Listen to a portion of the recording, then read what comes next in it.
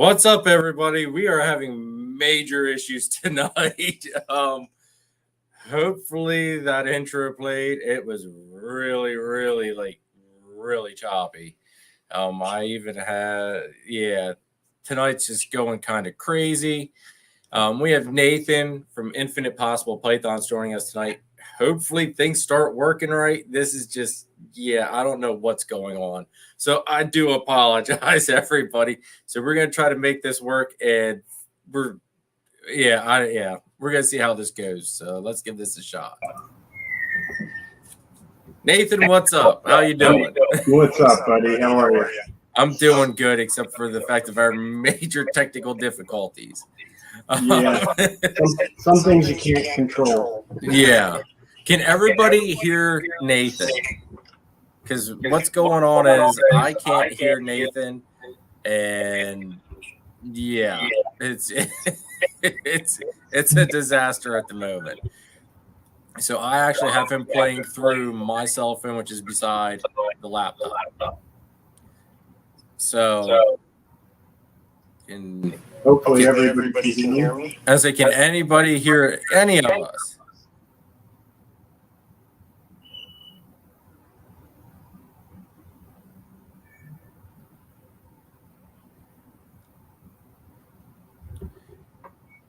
Can anybody hear me? Or who can everybody hear? Can everybody hear me? Can anybody hear Nathan? Anybody hear me? Echo for Jeremy. Hear you both with major echo. Just bad echo. So I wonder if it's not on my end then. I don't know what's going on here then.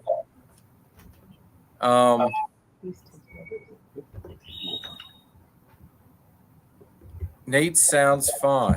So it's on my end then. What the heck is going on here? Wait, so are they hearing me? They're hearing you from what it sounds like. It sounds like they hear us both, but they're hearing through it. the phone. Well, that's true too. Hold on. All right. Now talk, Nathan. All right. Can anybody hear me right now?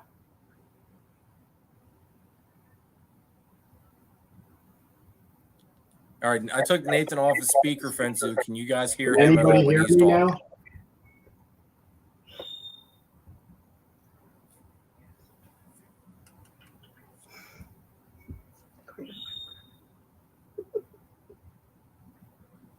All right, Rob, you hear Nathan talking, or do you hear me? The phone is the echo. Okay, well, see, here's the funny thing then. I can't hear Nathan. He just commented. Nate sounds good. Okay, I'm perfectly clear. What the world is going on my end? See, I knew I wasn't crazy.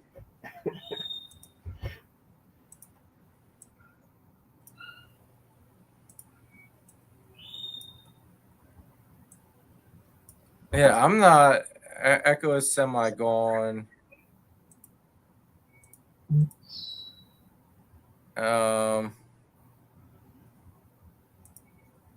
Let's see here. I don't know what the world. All right, so it sounds like they can. It's my show. I can do whatever I want, and Jeremy doesn't even hear me. Well, I can hear you now because I put you on speaker again. I don't understand what's going on. Jeremy, I think it's your speaker, man. It's the speaker on your whatever you're listening through is what's not working. Well, see, that would be my laptop, but it was working earlier. You sure you didn't mute it by accident? I'm pretty darn sure. I mean, Or inadvertently turn the volume real low? No, I have max volume. That's what I'm not understanding. Tell you what, let me just reboot this whole thing. You have headphones, Jeremy, you can plug into the laptop? I don't know. I'm a poor sucker. Tell you what, let me tell everybody about yourself, Nathan, how you got into the hobby. I'm going to exit out of here. Hopefully it doesn't screw up the cast. It shouldn't. But we'll try it out. Tell everybody about yourself, how you got into the hobby, and I'm going to restart my whole computer and see if that somehow fixes whatever the heck is going on. All right, man. Let's go for it. All right. I will be right back, everybody. All right. So I guess we get started. I'll tell you, this is the first live feed I've done where the host wasn't here, so that'll be fun. So I guess this all started I've been in the animal industry for many years. My wife and I used to breed and sell exotic birds. So I've had many years of experience with animals, not with snakes or ball pythons. So a handful of years ago, my daughter actually asked, she really wanted to get a snake, and good friends of ours offered her a snake to have as a pet. And myself and my wife, who in the beginning, my wife was deathly afraid of snakes. So she felt that, she needed to get comfortable handling and having the snake in the house. So a few years pass by and my wife starts to really love having the snake. And we decided, she came to me one day and said, I really think I want a ball python. We'd been to a bunch of reptile shows at that point, and I can hear you. My wife decided she really wanted to get one for her own, for a pet, and that's kind of how things started. I'd say probably 6 months later, I came to my wife and said, I'd really like to get back into this, into the animal industry and into this, and I'm really loving these ball pythons. Let's make this into a business. Let's take this. If we're going to do it, let's do it right. We have experience running businesses like this, and one of the big drawbacks, I guess, the downsides with the bird stuff we did before was it was very labor intensive, and it really gave us no time for anything but the business. And one of the things I loved with the ball pythons was not only the variety and the genetics part of it and things I enjoyed, but also the fact that it was not nearly as difficult as what we had done prior. So that's kind of where it started. And we started building our collection in I guess my wife got hers probably was in 2020, and then kind of slowly started building collection, and then decided in 2021 we were going to make it a business and ramp things up significantly, and had our first clutch last year, and now this will be our first full year of breeding. And as of today, we're up to clutch 9. Should be at about in and around 20-ish clutches, I would say, this year. Sheesh. Now, you can hear me, right? Hold on.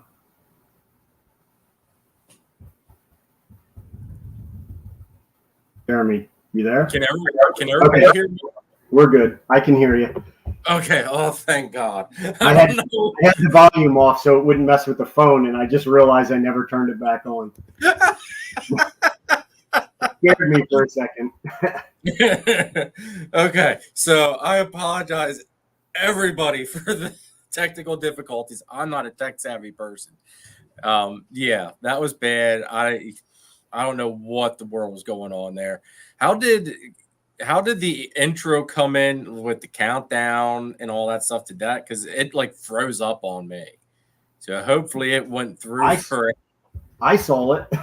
Okay, all right. Well, hey, at least it played through. It froze up on my end. That sucked. But all right. So let's go through and say hi to some of the people that are. Is Jeremy? Okay, Rob, don't do that. Don't do that, Rob. He's playing. All right, let's go through and say hi to everybody that's in the chat. We've got Will's Hella Heat. What's up? We've got Rob that likes to try to screw around with me now. What's going on, brother? We've got Kike. What's going on? We've got Mark from 403. We've got John from Inquiline. We've got Phil, which we all know Phil. Let's see here. We've got Amelia from Blue Ridge Pythons. Excuse me. We've got Hales Balls. What's up? Let's see. We've got Michaela. What's going on, Michaela? Sandra Mitchell. What's going on? Thanks for tuning in. And we've got Kent from Craft Brew. What's going on? We've got Live Feeding. What's going on? Wow, we got a lot of people in the chat. And the chat is like going off. I just can't even. Okay. And we've got Eric from Drop Time Reptiles tuning in. Thank you, everybody, for all the support. Greatly appreciate it. This is a special episode. I don't know if you know this, Nathan, but we hit 700 subs finally. And that means we're doing a giveaway. So I'm going to say this now. Here are the instructions for it, everybody. So for the giveaway, someone will be winning this Warfels Morse license plate cover, which was produced and made by Nathan himself. Someone's going to get one of these, which that's actually like the perfect size for my shirt. It disappears when you hold it in front of you. It's kind of tricky. But anyway, someone's going to be winning one of those and some stickers. And yeah, so that's the 700 sub giveaway, is one of those front license plates and some stickers. What you all need to do is go to the comment section of this video. First of all, make sure you like the video. Make sure you like the live. If you're not subbed already, definitely hit that subscribe button. And also, you guys have to leave a comment on this video, not in the live chat, but an actual comment for the video. And that will put you in the entering for the live. Or for the, God, I can't think straight. For the giveaway. Now, what I'll do is next week when I have Chris from B&S Reptilia on here, I will do the live spin thing. Hopefully we don't have any difficulties running that, because that'll just be a chaotic show then too. But I'll do the spin thing on here then, and we will find out the winner of that license plate and some of the stickers. So again, drop a comment and the comment for this video, and that's all you have to do. Like, subscribe, and drop a comment. That's all. Simple, easy, and you guys are in the chance to win. And we got Jaffe just tuning in. What's up, Jaffe? So, and also while we're on merchandise stuff, Nathan, I will be getting my shirt total to you this week. Awesome. I've been saying that thing for like the past 2 weeks, but this week I'm definitely getting you the numbers of what I need and the sizes. I have to total up the sizes and all that stuff, but I will be getting those to you. And just so I don't know if you're taking on more orders, Nathan, but so everybody knows, Nathan puts out some amazing products. I'll be finding out with the shirt stuff, but I've seen his work with other people's shirts, and it's great. Did the front license plate stuff, which is amazing looking in person. It looks really good just through the video, but it looks really, really good in person. He did the sticker for my back window on my truck, which I'm having him redo again, and we're going to do that. What's it called?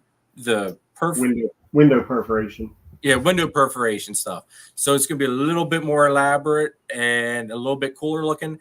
But I realized that I really look out my back window a lot more than what I thought. So that was the reason for that. But I did find a use for the other one, Nathan. I put that on my incubator. My wife came down and she goes, "Oh, wow, that looks really nice." It's like, "Oh, yeah, nice. Yeah, score." Score. I got a compliment from my wife. And also, hopefully, let me know in the comments there, everybody, if you guys think my picture quality looks a little bit better. My wife gave me my Father's Day present a little early, and it was a ring light. So I filmed a video today, and I was really happy, I thought, with how the picture looked. So I'm hoping it looks a little bit nicer compared to normal. John says, if I win, you got to autograph it. I can do that, John. I'll autograph it.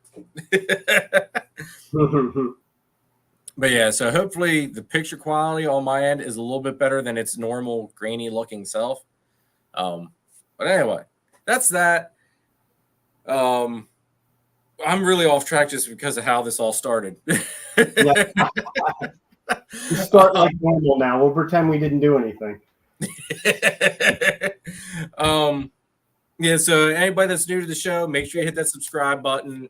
Definitely hit that notification bell and hit a like button on the video on this video because it helps our stuff get out in the algorithm. Which I've come to the conclusion, a lot of it seems like I'm mainly focused on ball pythons. And it seems like the carpet python videos and the boa video, my one I think it's titled Insane Boas.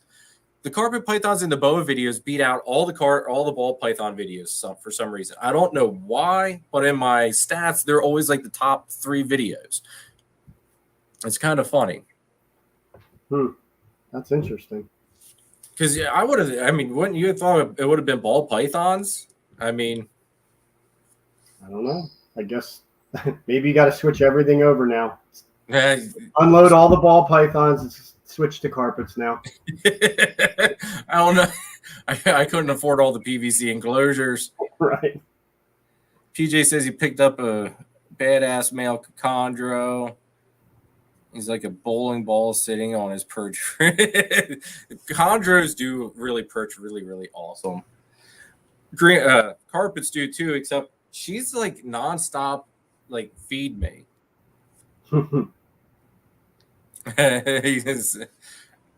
So, all right. So enough about all this. Let's get into you, Nathan, because we're all here to find out more about you and what you're working with. And a little bit later on, we'll do my picks of the week. Actually, before we do get in, before that way I don't have to interrupt you for a little bit. Let's do the sponsor of this week's episode. And this episode is sponsored by B&S Reptilia. Chris is an awesome guy. We started talking back and forth in chats on live streams. We hung out at a couple reptile shows, and we hung out at the Pennsylvania Breeders' Breakfast. Got to know each other a little bit better, and we came up with the idea of this sponsorship. So, Chris, thank you very much for sponsoring this episode. I consider you a very good friend of mine.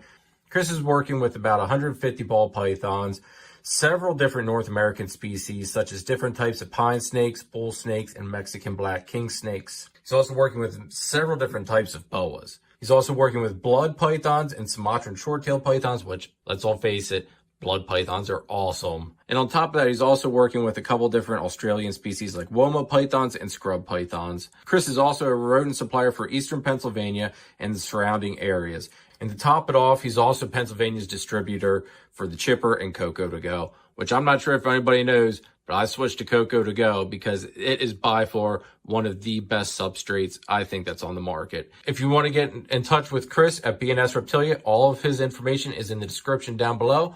Make sure you guys check him out. Look for him in live streams.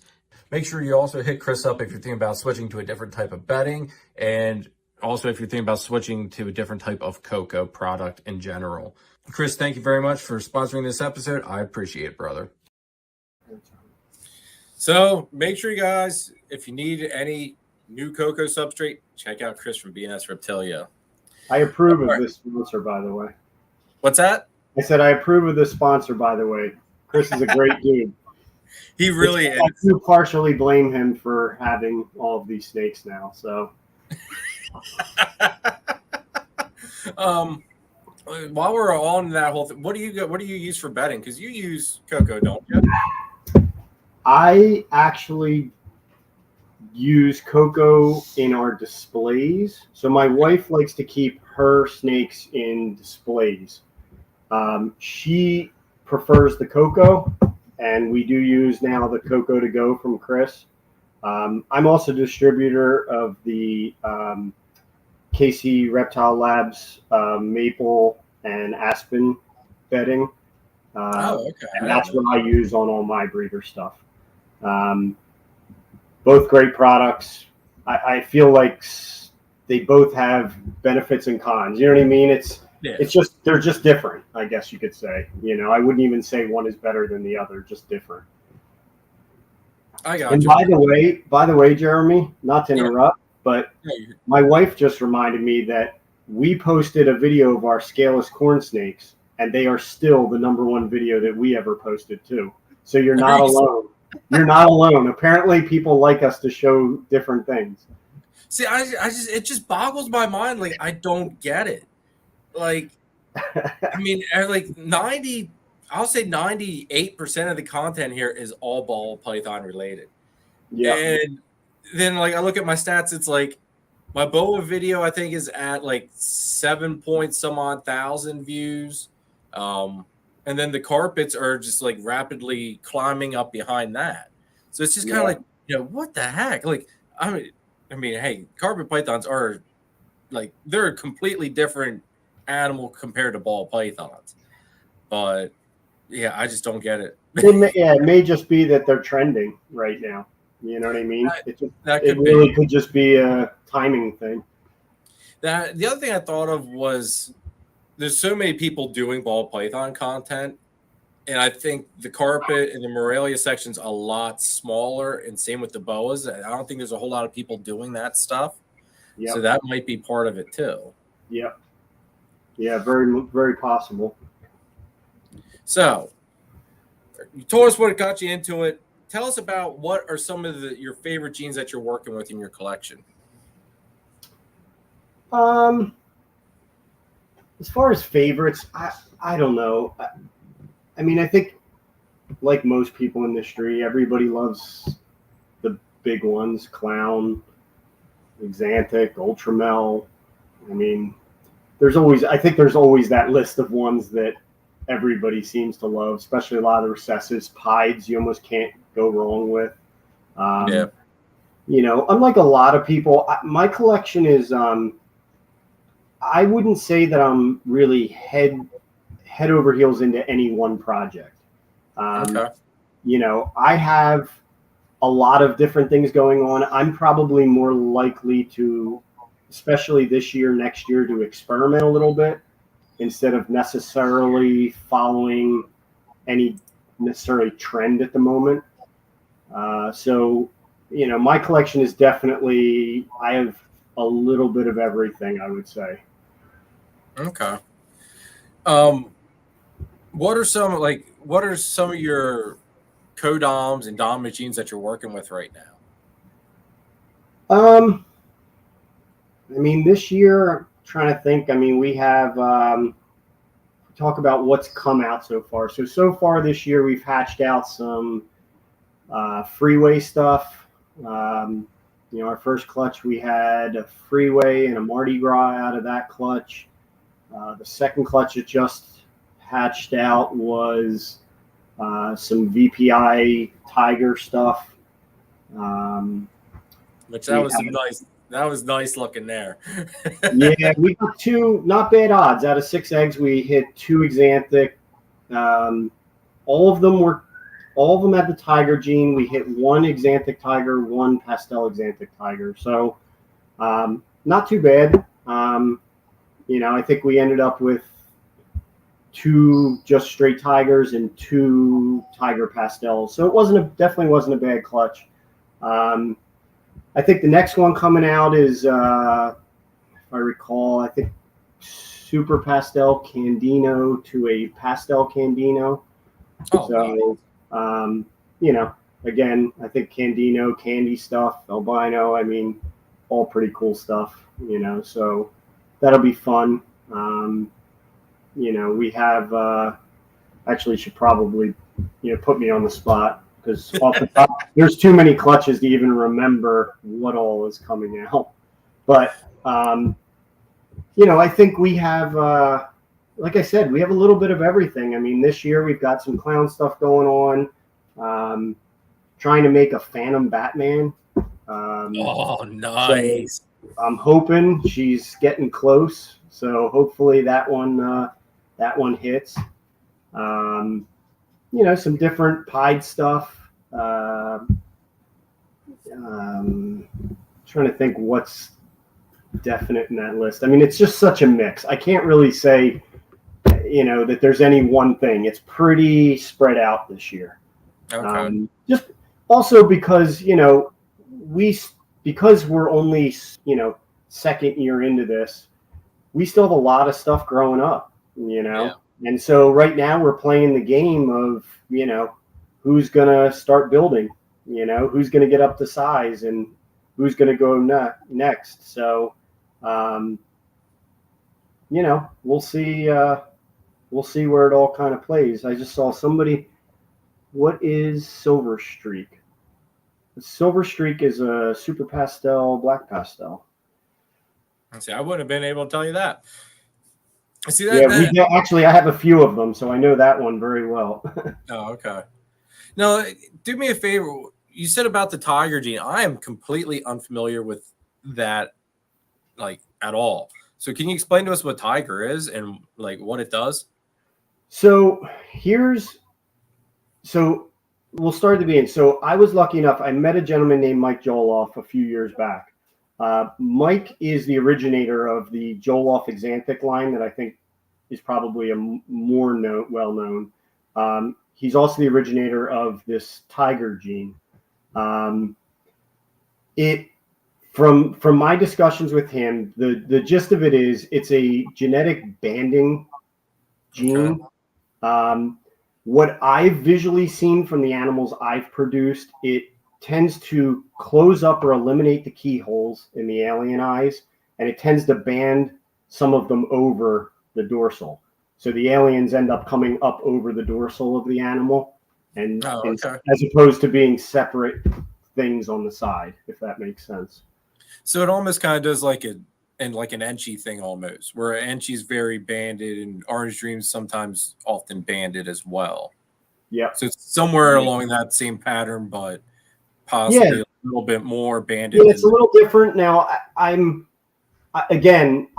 relied on Mike. I actually texted him when this last clutch popped out and asked him, like, what do you think here? Because truthfully, I wasn't expecting when they came out and we both looked at them. I knew something was going on. What I didn't realize was that the male that I have that produced them was actually a super. I didn't realize that. So what I was seeing was that all of them came out with the tiger gene.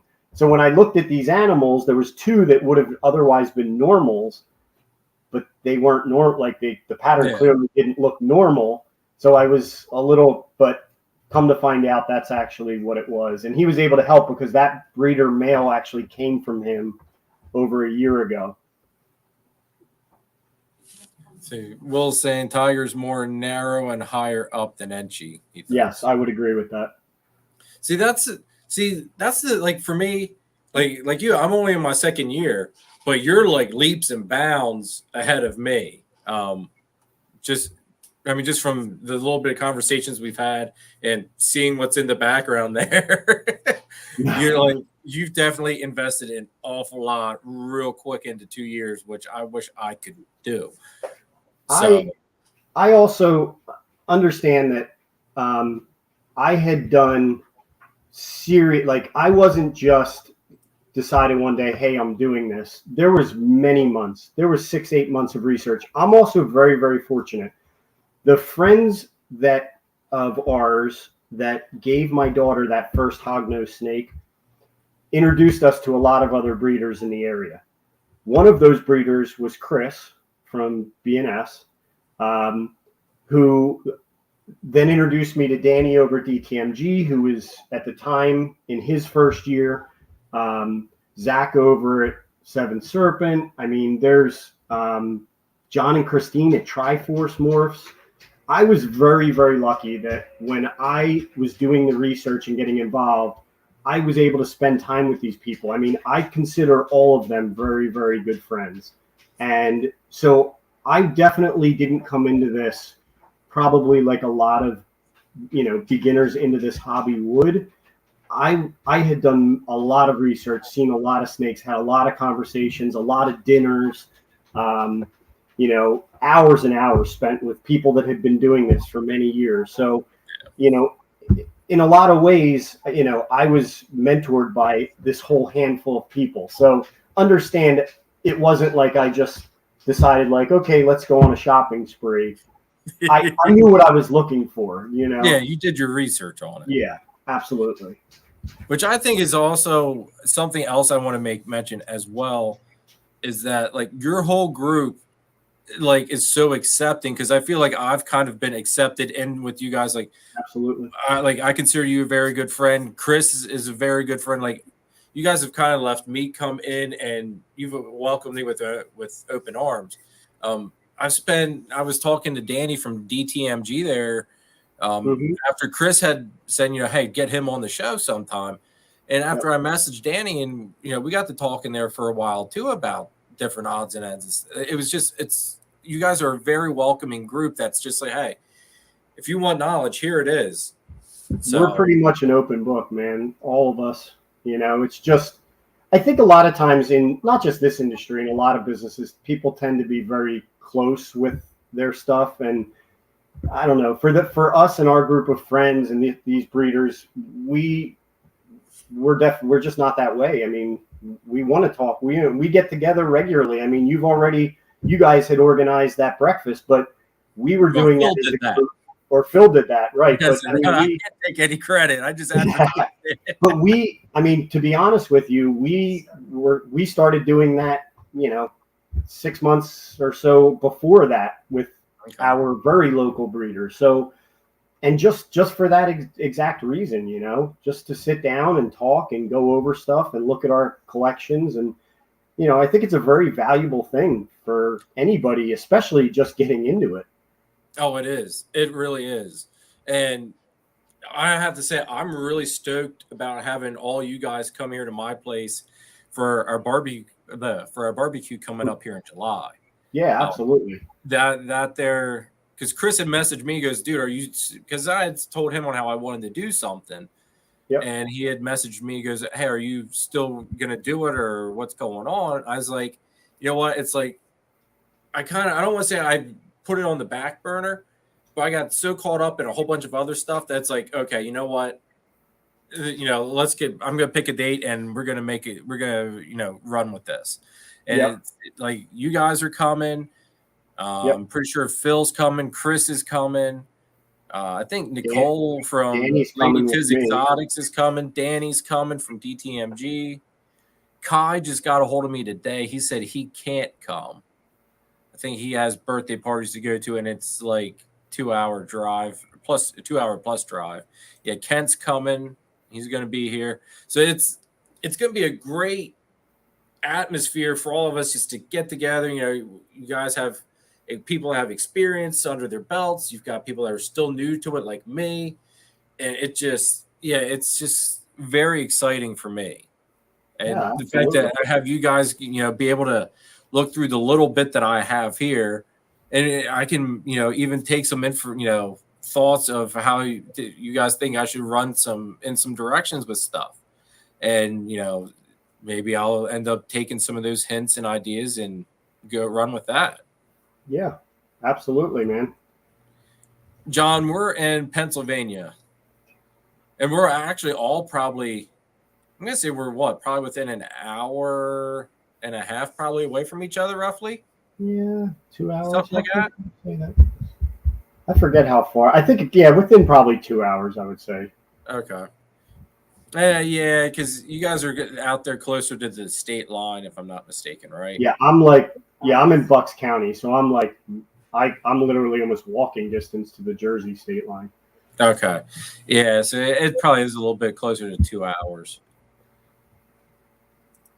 PJ says, was it invite? PJ, are you in PA? He thought you were chartering a flight in. I was going to say, if anybody that's in the chat here that is religiously here, and, I have no problem with you coming and hanging out with us. I think it's a great thing. Just send me a message on Instagram and let me know. Because it's a great community that we have. There's so much knowledge, and they're at the Breeders' Breakfast. Like, I felt like we had so many people there, and I didn't even get to really talk to many people. Yeah. It's like you got sucked into one conversation, and before you know it, our time there at Shady Maple was over. Yep, absolutely. He says he'll be in Philly the weekend of June 25th, and I'll be in Bayonne, New Jersey the week after. The thing, what is the date of that? It is, I have it saved here. I can't remember off the top of my head. It's the cookout's July 9th, PJ. So get a hold of me to let me know. Okay, he's in North Carolina. If you want to make the drive, dude, you're more than welcome. I know Tish from Python Spawn might be coming, and I'm pretty sure that's probably close to a 3-hour drive, I would imagine, from New York. So, but hey, if you're willing to make the drive, you're more than welcome, dude. Just hit me up on Instagram. All right, so back to you, Nathan. How about some recessive stuff? What are like the big recessive stuff that you're working with? Biggest recessives, I would say clown pied, ultramel. Got a little genetic stripe. I'd say they're probably some lavender albino stuff, dreamsicle stuff. Okay. Yeah, that's probably, and then Xanthic. I have both VPI and Joloff lines in my collection. Okay. See, and DG. I guess we can't forget DG. I have that as well. I see. Yeah, you can't forget DG. That's a staple. That's like that's got to be in everything. Like right. DG everything, and for me, Xanthic everything. I mean, that's right. For me, everything at some point is going to be Xanthic. I mean, I'm not gonna by any means I will be no John Dog, but yeah, at some point, everything. I'll still have color stuff, but we're gonna have a lot of black and white stuff here. Right. The black and white version of every color snake you have. Right? Yeah, exactly. We'll have the positive version, then we'll have the negative. Right. You better run out of room pretty quickly like that. Well, when you guys come here, you'll see my little room, and then you'll understand why. Hopefully, this year I'll be expanding to the other side of the wall, and then knocking down the middle wall here because I've rapidly realized that the carpets take up a lot more room than I was kind of expecting. So I should, in all reality, I should have did the whole half of the basement to begin with. But I thought, no, I won't get that big that quick. Yeah. The racks. You didn't realize how bad the addiction is. That's all. Well, I knew how bad it was, but once you get the racks in and then you start producing the stuff and then you're buying stuff, it's like you then realize how little space you actually have and how quickly that space disappears. Absolutely. With you had said genetic stripe, correct? Yeah. What are some of the big, because it seems like a lot of people don't really work with genetic stripe. It seems like that's kind of I don't want to say a back burner recessive in my thoughts, but it seems like there's a very small group that work with G-stripe compared to some of the other projects. What are some of the things you're throwing in there with it? Honestly, on that project, most of my genetic stripe stuff I picked up from Zach over at Seven Serpent. And so they're still young. So as far as the direction I'm going to go with that, not 100% sure. I have some blackhead genetic stripe stuff. I have some red. Actually, I have some champagne in there, leopard in that with the genetic stripe. So I have kind of a mix of different things. As far as where I want to go, not really sure yet. It's still a little bit too far off right now. The obvious things, Desert Ghost probably would be a no-brainer. There's so many directions to go, That's why I tend to not get too far into the planning because until you start to get close to where you're pairing stuff, the collection changes, things change, you hatch stuff out, so I've already done it to myself enough where I plan stuff out, and then by the time it happens, I throw the whole plan then in the trash and say, okay, now I have these snakes and these snakes. So I don't know. I think genetic stripe's one of them ones that, like even Tristripe that, was way more popular than it is now, seems to be coming back, because now I think as new genes are being discovered and people are making new combinations, I think it makes sense to go back to some of these genes that have been around and reintroduce them into stuff. I totally agree, and that's like another like with the Xanthic stuff. Even like, there's not many people that work with Xanthic. I don't think anymore. It seems like that's also another one that's kind of gotten pushed to the back burner, where I think there's a ton of potential for it. It's just there's not a whole lot of people that deal with it. Yeah, and honestly, being newer into this, I rely on the guys that have been into this a long time. I often ask,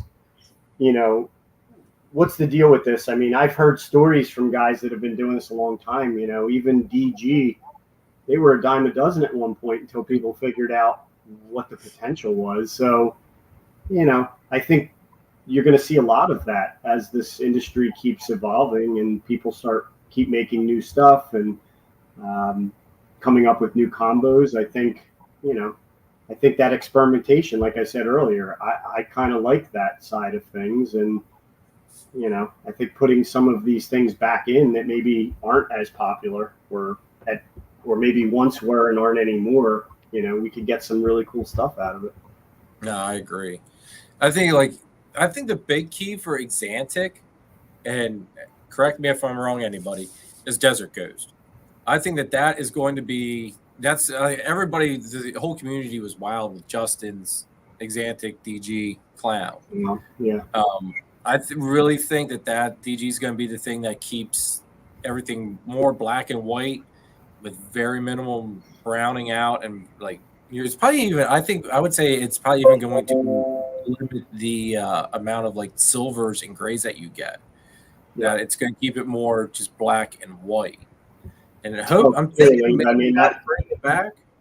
Yeah, clearly the one that Justin produced was that, and recent photos that I saw, it looks like it's only getting better. Oh, really? See, I guess he probably throws those up on his Instagram, correct? It was sent to me by somebody who's in his VIP whatever okay program. Oh, and it's like Patreon or something. Yeah. Okay, gotcha. See that? Yeah. When I saw that thing, my mind was just blown, and it's like, okay, I'm sticking with my Xanthic plans because I'm years behind where Justin's at by far, because I'm only hopefully next year I'll be going for Xanthic clowns, especially at the rate that my pastel girl's growing up that I produced. Like she's almost at 700 grams already, and she's not even a year old yet, and she's just. I mean, maybe that's I don't like. I never really kept track of weights up until, I got more into the breeding aspect of it. Right. But like she above all the other hatchlings I held back, she's just like cruising through the weight, and I only feed every other week. So that's even more like it just seems like for how often I feed her, she's just like making use of every bit of fuel. Yeah, I would definitely say in my collection, I see a lot of that. You have some that will never, ever miss a meal no matter what. Yep. And other ones that miss one here and there. And it does make a difference. You get 6 months, a year down the road, you definitely see the difference in them. Oh, yeah. Yeah, I'm anxious to do like a year update video with them. Just kind of see everybody's reaction to, I'll do like a before picture and here they are now, see everybody's reaction because some of them are just like mind blowing. The GHI Mojave banana I produced, like her colors are just out of this world. That's awesome. Like she's very well, you guys will get to see her when you're here, but like she's very, very like a lavender color. And it's right. Like it's just hard to even get to show up on camera correctly. It's amazing. Yeah. That's great. Let's see here. All right, let's do my picks of the week real quick, and then we'll get into more questions. All right, so we'll start off. Let me make sure I'm in the right little screen here. Okay. Let's start off with my first pick of the week. Now, let me make this full screen so I can see what the thing is. This is from if I could talk. This is from Broadhead Reptiles. It's a banana hurricane spot nose clown, possible lemon G. And just those oranges on that thing are just insane. The pattern's awesome, but the dark, deep oranges there on the dorsal just completely blew me away. And the fact that it's got some size to it, and I don't know what it looked like as a baby, but wow. Yeah. That was a very awesome looking snake there. Yeah, it's held its color really well. Yeah. I would love to get, just think if you could somehow just bring that whole orange out, just using the banana and some other genes, and just make like an all orange snake. That would be awesome. Absolutely. My next pick is this. Now, this was produced from Martin Morelia, or it's from Martin Morelia. Whether or not they produced it, I don't know, but I'm pretty sure they produced it. But this is a Gamma Diamond Jungle Jag, which just wow. That's all I have to say is wow. And he's got like a little sad emoji face on his head. That's one thing I love carpets. They get like little faces on their heads. Xena's got a demon on top of her head. I mean, it kind of fits her personality there for her early stages. But I've been holding her without any gloves on here like the past, 5-6 handlings, and it's just been great. Like, I never thought I'd be able to hold that snake and not get bit. I mean, it was bad. Like, the best she did was 10 times in one handling. Wow. She did not like being handled at all, and she left you know it. My next pick, now, the one and only. All right, there's the winner. Python. Tell us what this beauty is, Nathan. That is a pastel tiger VPI Xanthic. Now, when I saw that come across my feed, I didn't even I just screenshotted it, and then that's what I noticed. It's like, hey, that's Nate's baby. So everybody, this was like, it just came across my screen at the right time. They shed out 2-3 days ago. That was one of the first. My wife grabbed that picture actually. Oh, okay. Well, that is a heck of a great picture of that snake. I mean, that's just beautiful.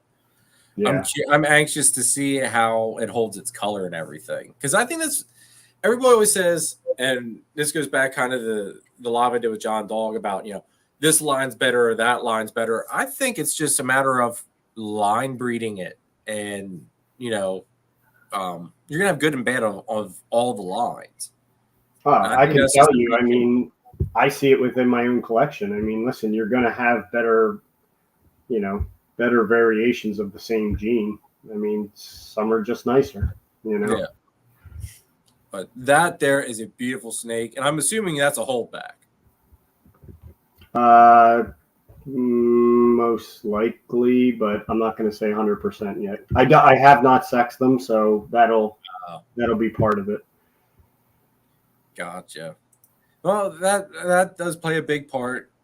Gray Rider Reptiles, thanks for tuning in. All right, let's see. I got one more pick, and I'm sure everybody saw this snake, but it definitely wowed me. Remove that one and add this one.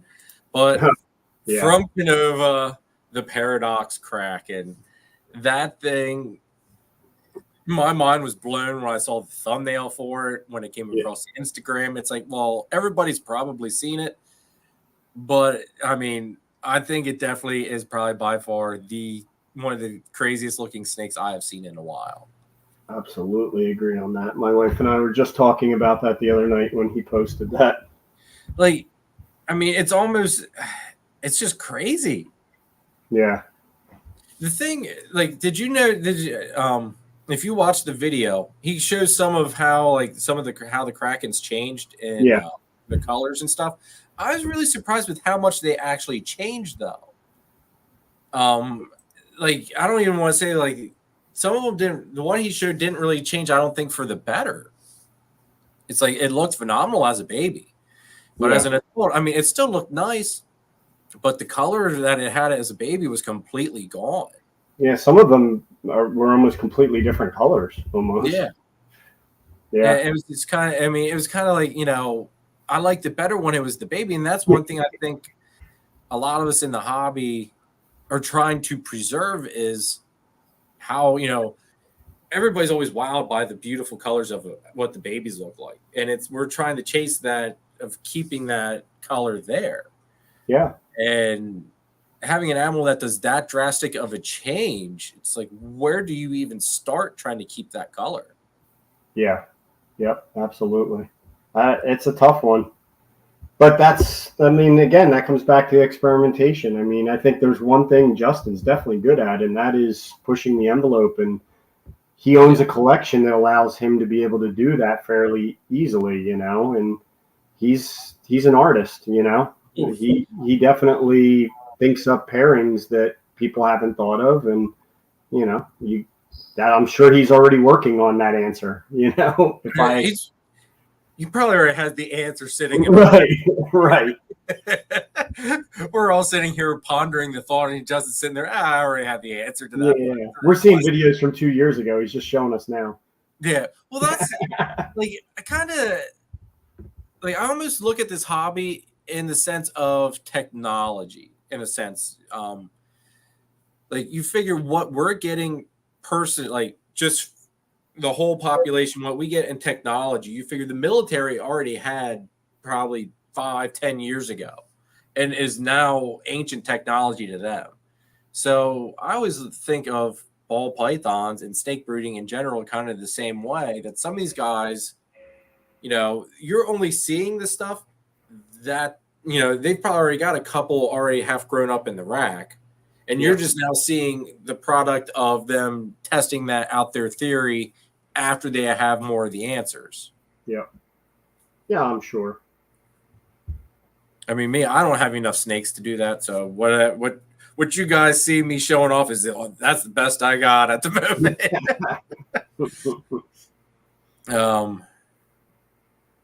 Yeah. Let's see here. What types of racks are what types of racks are you using, Nathan?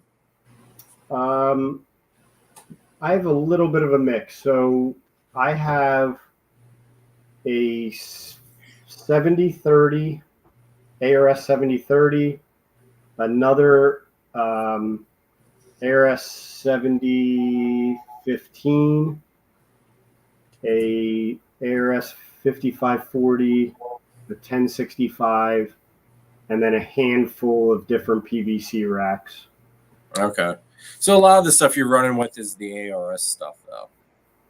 Yeah, as far as commercial stuff, I mean, I have, in the PVC stuff, I have some VE6s I use because I like to have that assortment of different size bins depending on when I have overflow. I custom made, a friend of mine, Ed, does a lot of cage building and whatnot, another local guy, and I had him put me together a rack, a PVC rack for the FB5 Freedom Breeder bins, the little hatchling bins. Okay, yeah. So that has 60 bins in it. So I use that when as soon as they're out of the, you know, first shed, they're out, that's where they go. Okay. And then, you know, if I need overflow from that, I can use the VE racks or whatever, just depending on. Holdbacks will typically end up in the 1065 after that, and then move on from there. See, it's funny you brought up Ed because, excuse me, I actually just got a hold of him a couple of days ago about building up some PVCs for the carpets. So, oh, nice. Ed's a great guy. Yeah, he's a great guy. He does really nice work. I say Chris had sent me his information and everything, so it's nice to hear someone else talk about his craftsmanship. So Yeah, no, we have a lot of stuff. I mean, all of our display enclosures in our living room that have all my wife's stuff, he's made all of them, and they're phenomenal. oh, okay. See, that was the one. Like he was apologizing. Like he was very he's a very awesome individual to talk to and work with. The thing I thought was funny, he goes, I'm sorry, that the prices are a little high on some of these. And like, I'm there thinking, I'm looking at the price that he gave me per enclosure. I'm like, that's not a bad price, dude. Well, you know what? You have to realize when Ed started with this. So I'm very familiar with the pricing of the PVC that's used in these racks because in my other business, we use a lot of that in the trade show industry and other things. So part of that comes from the fact that that material has legitimately more than doubled since COVID. So part of that, is just the fact that for somebody who works with it every day, he gives the price, he knows what it used to be, and I always tell Ed, like, man, it is what it is. Stop, like, you build nice stuff. Don't worry. The cost is the cost. Like we're dealing with that every day with everything. With the food store, I mean, you go anywhere, that's where we're at right now. So, Ed's a really good guy, and he's very open about it. And he was, yeah. And I mean, like I said, he gave me the price. I'm there. I was like, that price seems more than fair, and it seems like a really great price. And he's, telling me how it's high compared. It's like, dude, it's like, for what you're throwing, for how your craftsmanship looks from what the pictures I've seen from him and like Chris and everything, it's like that's well worth it to me. Oh yeah, absolutely. Listen, I've never regretted a single purchase from him, and to be honest with you, like I could have built any of that stuff, but Ed's just he gets it done quick. He does an amazing job, and for what he charges, it's just been a no-brainer for me. So you're in good hands. He'll definitely take care of you, and you'll be very happy with whatever you get, I'm sure. Oh, I know. I told him it's like for sure I'm gonna be using him. I gotta sell some babies though before I can get the enclosures out. But I mean, like I said, the prices, I can't complain about the prices. What in the world is my wife texting me about? Oh. All right. So what other, I know you guys are working with some other stuff than just ball pythons, or at least keeping other stuff than just ball pythons. You want to go over some of that stuff? Sure. Most of that's actually my wife and my daughter. My wife loves everything to be different, right? Like she doesn't own two snakes that are even remotely the same looking. So she's definitely the one who has, but she, let's see, we have a apricot milk snake, Pueblo milk snake. We have two Sambos. We have a couple hognoses, Western hognoses. We have a couple scaleless corn snakes. We did have a Mexican black king snake, but he went to go live with Chris, and he's enjoying being a baby daddy now. He's enjoying stud life. He refused to stop musking Sharon, and she finally had enough and said, you know what, you'll make a really good home over at Chris's. So you go stink up Chris's house. Right. Exactly. You're done here. Right. Yep. So actually this morning, Chris texted me. We were texting back and forth, and he said he had a clutch from his Mexican black king snakes. And I said, oh, is he the daddy? And he said, I don't know. I threw all the males in there at one point or another. He said, so he's probably a baby daddy. Oh, that's funny. Now, would you guys ever get another one in hopes that it wouldn't be as musky, or is that just something that breed's naturally known for? Listen, I don't know. I've heard both sides of it. I mean, I've heard the same thing with even the milk snake. I haven't really had an issue with the milk snake. Some people say theirs do. You know, it is. It's just one of those things. I mean, I'm sure you could get one that wouldn't be that way. We actually replaced the other thing I have. I do have a sun glow boa that I added to the collection last year. So that's kind of the king snake was our garbage disposal. You know, when you have that meal left and you don't want it to go to waste. So now the boa seems to have taken that place. So, yeah. So I don't know. I don't know if we'd ever get it. I know my wife would say absolutely not. I think she had enough of that. See, oh no, Danny's in here. We're in trouble now. I say, Danny, you missed the whole conversation. We were talking about you. Chris was really talking, Chris. Nathan was really talking some smack earlier about you. You have to go back and rewatch that. Yo. I'm gonna hear it. But Danny, I'm super excited to one, have you come on the live, and two, have you actually come up here and hang out with us at the cookout. I think it's gonna be a really good time. But with what you were saying, Nathan, about the garbage disposal snake, the carpets were supposed to be just that. They are. Oh, dude. All these suckers want to do are eat mice. Like, they only eat mice. They won't eat rats, nothing. I've tried rats. I was thawing out rats in with the mice to hopefully get the scent of the mouse on the rat. Nothing. It's complete letdown. I mean, like, you can see her. I don't know. Let me see if I can't. Yeah, she's waiting right now. Yeah, she knows exactly where the food comes in at, and she sits there ready to rock and roll. And if anything moves around the top of that cage, she strikes at it. She did it the other night, and I That's like. Our bow is the same way. Oh, he is. Yep, she sits at the front. I swear to you, there's not at least 3 days a week. She scares the crap out of my wife. Every time she walks by there, even though she knows she should expect it, it still gets her. My buddy Mike, that breeds boas, he might actually be here for the cookout as well.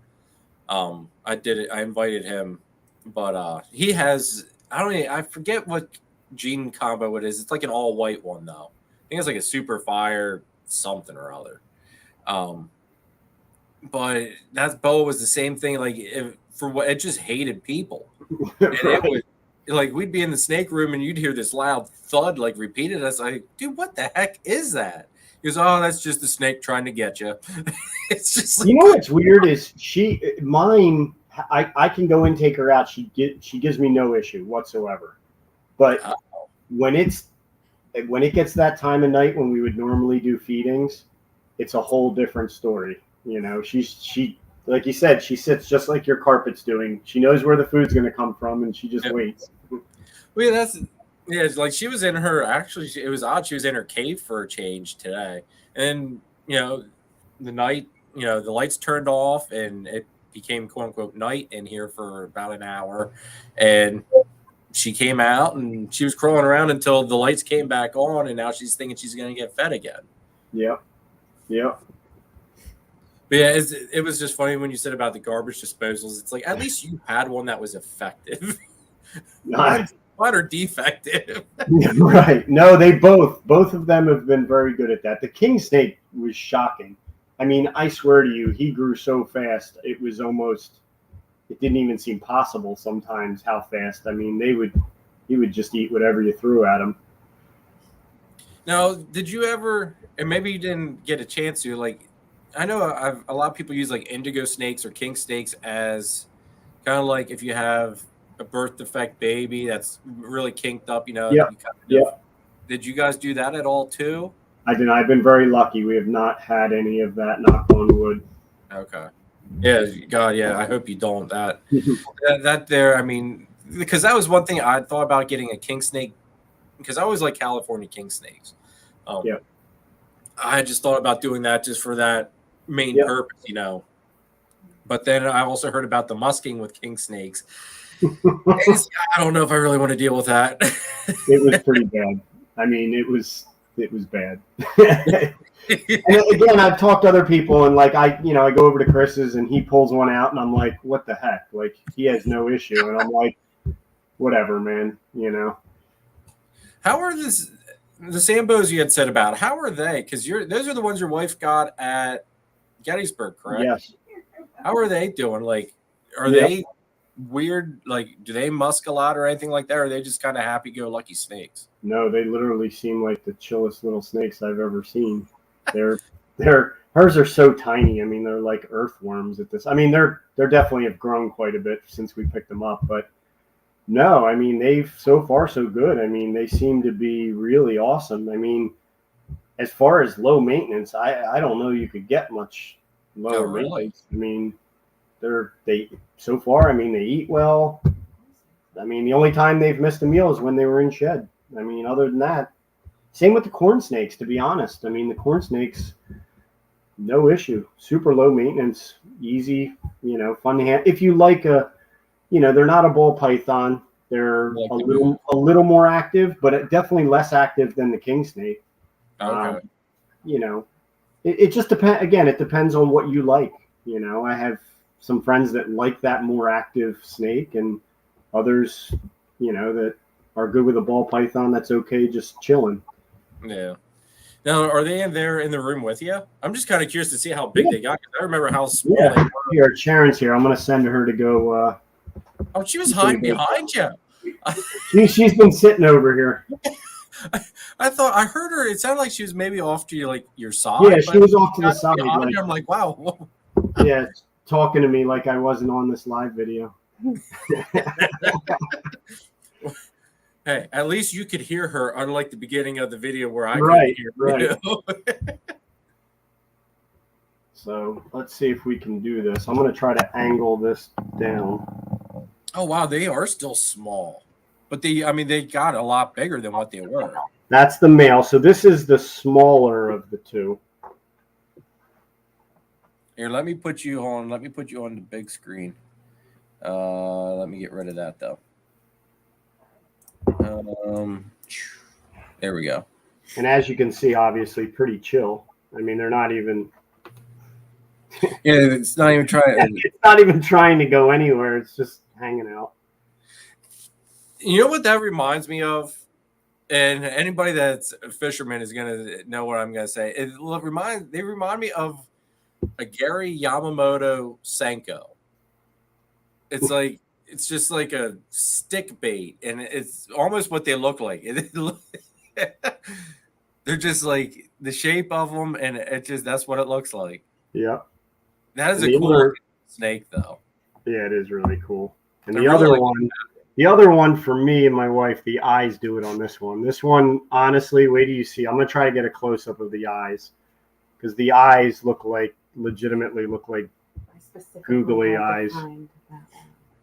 I love the color.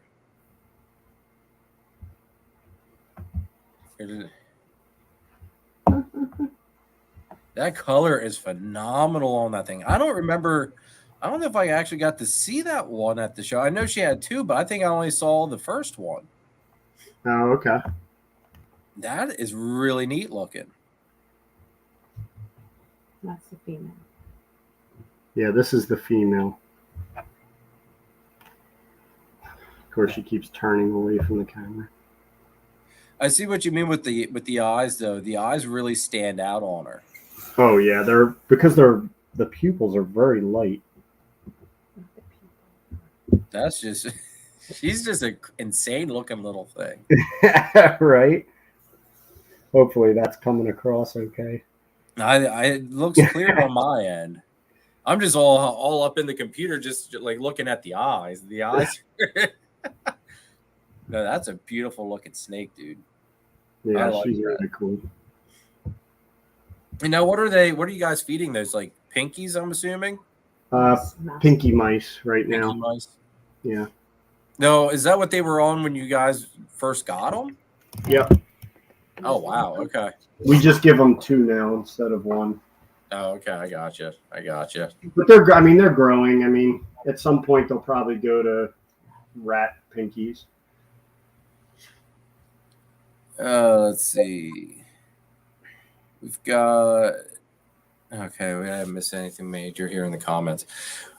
Yeah, look at all the people loving on Sambo is here. I didn't realize that there's that many I knew Phil used to breed sand boas.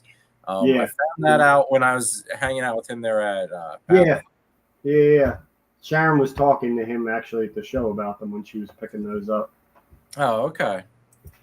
But yeah, show us some more snakes, dude. Show whatever you want to show us, and just tell us all. I mean, you tell me, man. How about while she's gonna go grab something, I'm gonna give me a second. I'll grab that Xanthic one that you had the picture of, so you can see it. Awesome.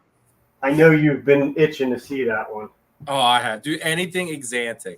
While you're doing that, I want to give a shout out. I'm going to flip-flop the screen here for a second just to make me big. To Gershon for the sticker swap. Thank you, bro. I will be sending your stickers out Tuesday. I had to think. I went to send him his stickers whatever day I had sent a whole bunch of other stickers out, and I ran out of stamps. And it's like, oh. So I had to go get more stamps. Look at that. That thing is that is just gorgeous. See, I can't wait till I produce some visual Xanthic stuff.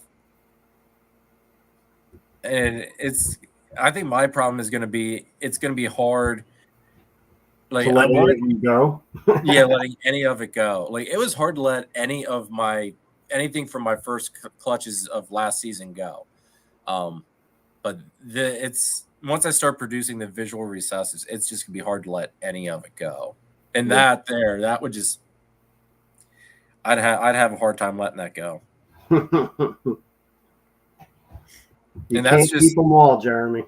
No, you can't. And see, here's the problem though. I had that mentality with my first clutch. I kept my bumblebee double het. I kept the spider double het female. The bumblebee was a male, and I kept this crazy looking pastel double het.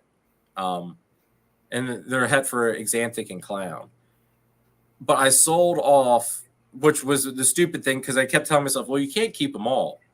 And I thought, all right, well, you're 2 females, 1 male, and I kept the spider male or the spider female because figure down the line I'm going to buy something I'll throw in with that is compatible with spider, and use her that way. Right.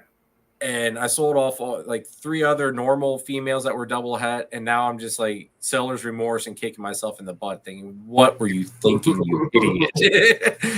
It's just, but I had that you can't keep them all thing, and I went a little too crazy with it. All right, let's see. Oh, there's a puppy. Ooh, that I like that.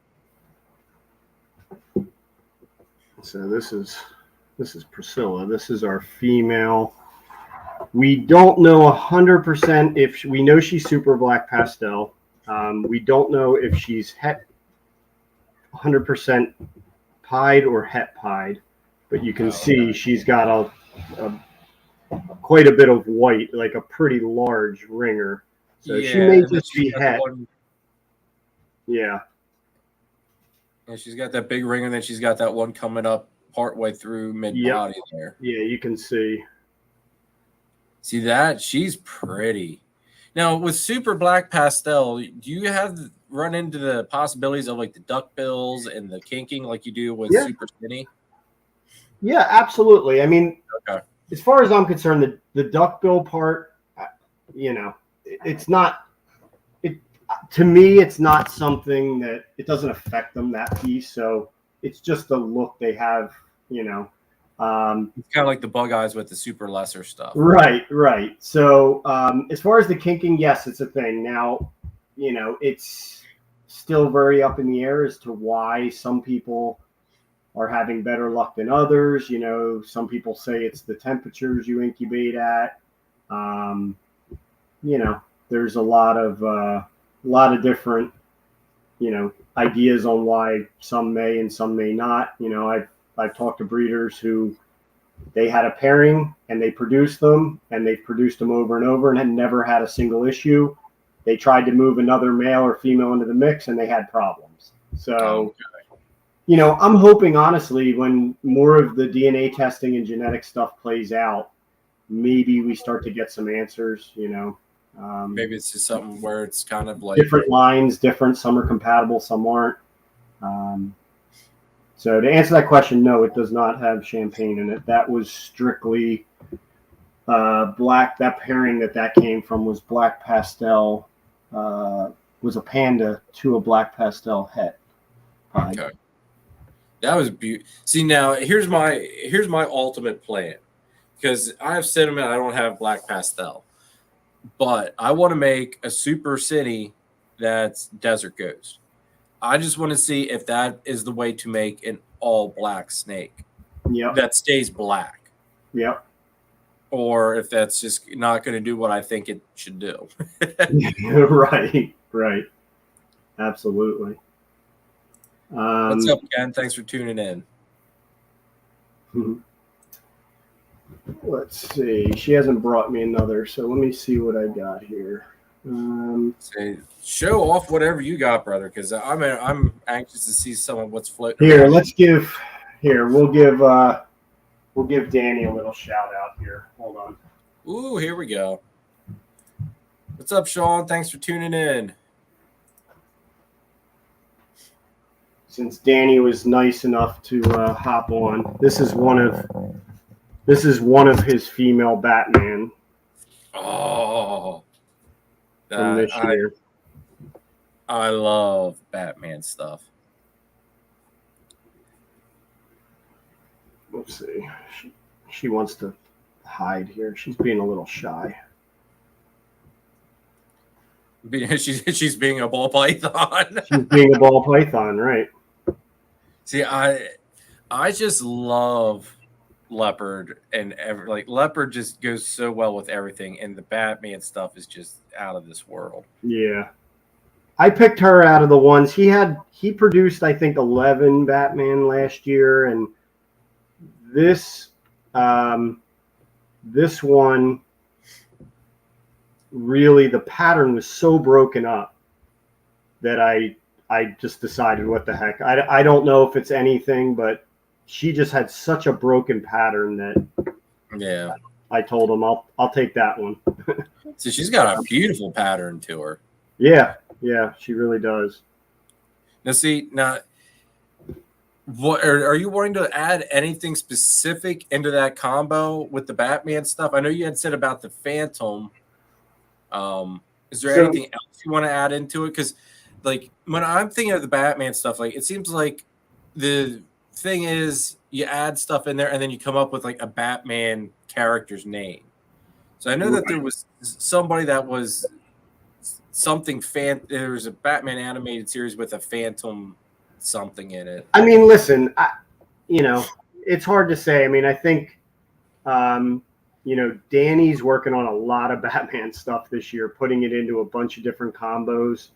I absolutely will. I mean, she's, whether she'll make next year size-wise, we'll have to wait and see. So she looked like she had a decent size to her. Yeah, she's probably 700, 800 grams. So she's definitely growing. I say she definitely could make that for next season. Yeah. So this is our female scaleless corn snake. Now, does that one have belly scales? Because I've noticed scaleless corn snakes have belly scales. See, scaleless stuff. I'm not gonna lie, it weirds me out. It weirds me out. It's just I don't know. A snake needs to have scales. Ball pythons really freak me out because I don't think they have any at all, do they? Yeah. And scaleless stuff just freaks me out for whatever reason. Yeah. There's no logic behind it. It doesn't look right. I see somebody ask any single gene tiger. Actually, yes, I just hatched 2 out 2 days ago. I'll grab one. Oh, nice. Fresh babies. All right. Gershon came up with the Mask of the Phantom. Okay. See, I should have known Gershon should have been able to come up with that one. Gershon's the superhero guy. I'm the Star Wars guy. Gershon knows his superheroes. Now, what I would like to do is at some point, like with your Batman stuff that you were talking about there, I would love to make an Exantic Batman, and I'd have to call it the Penguin then. Right. So this is that single gene tiger. So that's a single gene tiger.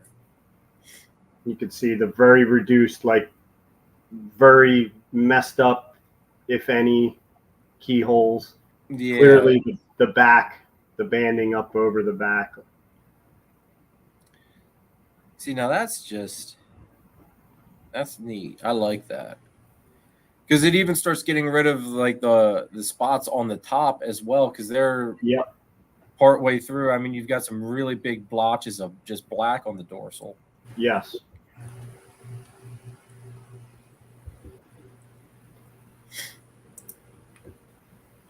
Blue Ridge says if someone hasn't made a spot nose leopard Krypton and didn't name it the Superman, that's a good one too.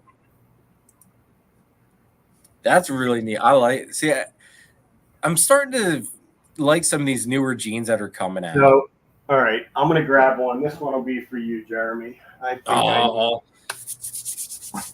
let's see. You have to give me a second to find. No, you're good. You're good.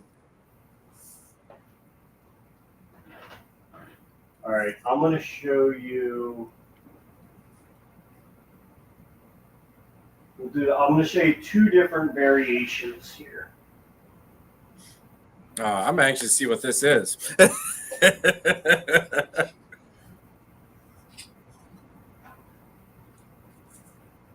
So this is a female Joloff Exanthic super tiger. Okay, so now does the super tiger more or less completely eliminate the key? Yeah, I mean. It absolutely does, and it brings more up, so you can see how blotchy the pattern becomes. I was gonna say, yeah, kind of. It almost gives it like almost a spider pattern. In all honesty, like some of that looks very spider-esque. Kind of, yeah, definitely, sort of similar. I like that. And I mean, Exantics never show up as nice as what they are in person on camera, but she's showing up really nice. Yeah, she is. Yeah. Yeah, I mean, she's definitely silver almost. Yeah, I say she definitely looks it. And she's pretty good size. I mean, she's over 1,000 grams now. So. Oh, okay. So you'll be breeding her soon then. Yeah, I mean, as soon as she starts building, I guess. So I'll show you one other variation of that. Of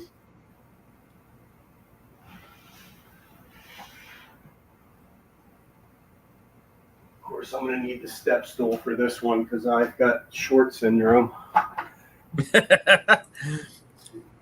Amelia says she was going to film an episode for her channel, and then she lost her voice. Amelia, sign language. I mean, yeah, just sign language or subtitles. Subtitles work too. So here is the same snake, but with pastel. See, now it seems like the pastel. That's a super tiger though, too, correct? Yeah, same exact genes, same exact thing, but this one has pastel, so you can see it brings the white. I say it, yeah. Lightens it up. It brings a couple dots into the alien heads then too. Yeah, yeah, and I've noticed with that, honestly, with that tiger gene, there's cleaner versions like anything. You know what I mean? Yeah. Some are like that first one that are really clean. That's still a beautiful animal. Like that's beautiful, and like you can tell that's a very silvery looking snake. Oh yeah. Yeah, and honestly, looking at it on the camera, it's still not doing it justice. Yeah, no, I was actually telling my wife since she got me this ring light that now I might be able to get better color pictures of Exantic stuff because I can play with the different light spectrums a little bit. Yeah. which I think is probably key to bringing out their color. Because Yeah. they always look more brown on camera, but knowing if you know how Exantic looks on camera compared to in person, you can envision what's the camera isn't doing. Absolutely. That is beautiful, Nate. That is just beautiful. Thank you. So, throw me some ideas. What else would you like to see? Oh, all right. Okay, everybody in the chat, start dropping. Yeah, have people chime in if there's something. Chime in here and let's see what we could come up with. Can't promise I'll have it, but there's a good chance I'll have something close. And while everybody's doing that, don't forget, if you want to be in the spin to win for the 700 sub giveaway, and for this video, comment down below, not in the chat comments, but in the actual comments for this video. Leave a comment, and next week's live, I will do the spin to win for. Now, let me put me on big screen here. I'll be doing spin to win for this awesome Orville's Morse license plate and some stickers. But the only way you win is if you leave the comment down below, like, and make sure you're subbed to the channel. But that puts you in for the chance to win that. And next Sunday, we find out who the winner is. And the awesome thing is that license plate was made by Nathan. All right, Creative says Tristripe. Oh, wait, here. We missed Phil's comment first. What's your favorite animal in the room? And then we'll hit. All right, my favorite animal. That's actually an easy one. So I don't know, Jeremy, if you're familiar with it or how many of the people in, but there was a gene that was proved out over the last handful of years by a gentleman named Sterling Nelson. I know what you're gonna pull out. Yeah, it's the bang gene, and I was lucky enough. Sterling was nice enough to, out of the few that he released, I was nice enough to get me one in my possession. So I was lucky enough. The one I have is a bang het pied, but let me grab him. Awesome. I completely forgot you had bang in your collection because that there was a gene that made me almost completely want to stop working with Orange Dream and just go for that. I'll be honest, he's not in shed, but he's getting close. He's in that shed. So, and I'm telling you, as far as color goes, you've seen some actual good photos that I took of him early on. That is just a gene that's just amazing looking. For a single gene, I mean, he's a het pied, but still, I mean it almost reminds you. That's not even the super. That's not even the super version. I mean, look at this belly. Have you ever seen tracks like that? I was gonna say you can run a train car on that sucker. Good grief. Yeah. Crazy. Now here, do you have an Orange Dream on hand just to compare so that way everybody can see the difference? Believe it or not. Hold on. I'm not sure if I have a single gene Orange Dream. That's to say. I have a as horrible as that is, I don't even know if I do. I have a pastel OD I can kind of throw up and I can flip flop who's on the big screen. But I mean, hands down that one there, just wow. That's all there is to say about that one. Wow. Yeah, believe it or not, I don't know that I actually own a single gene OD.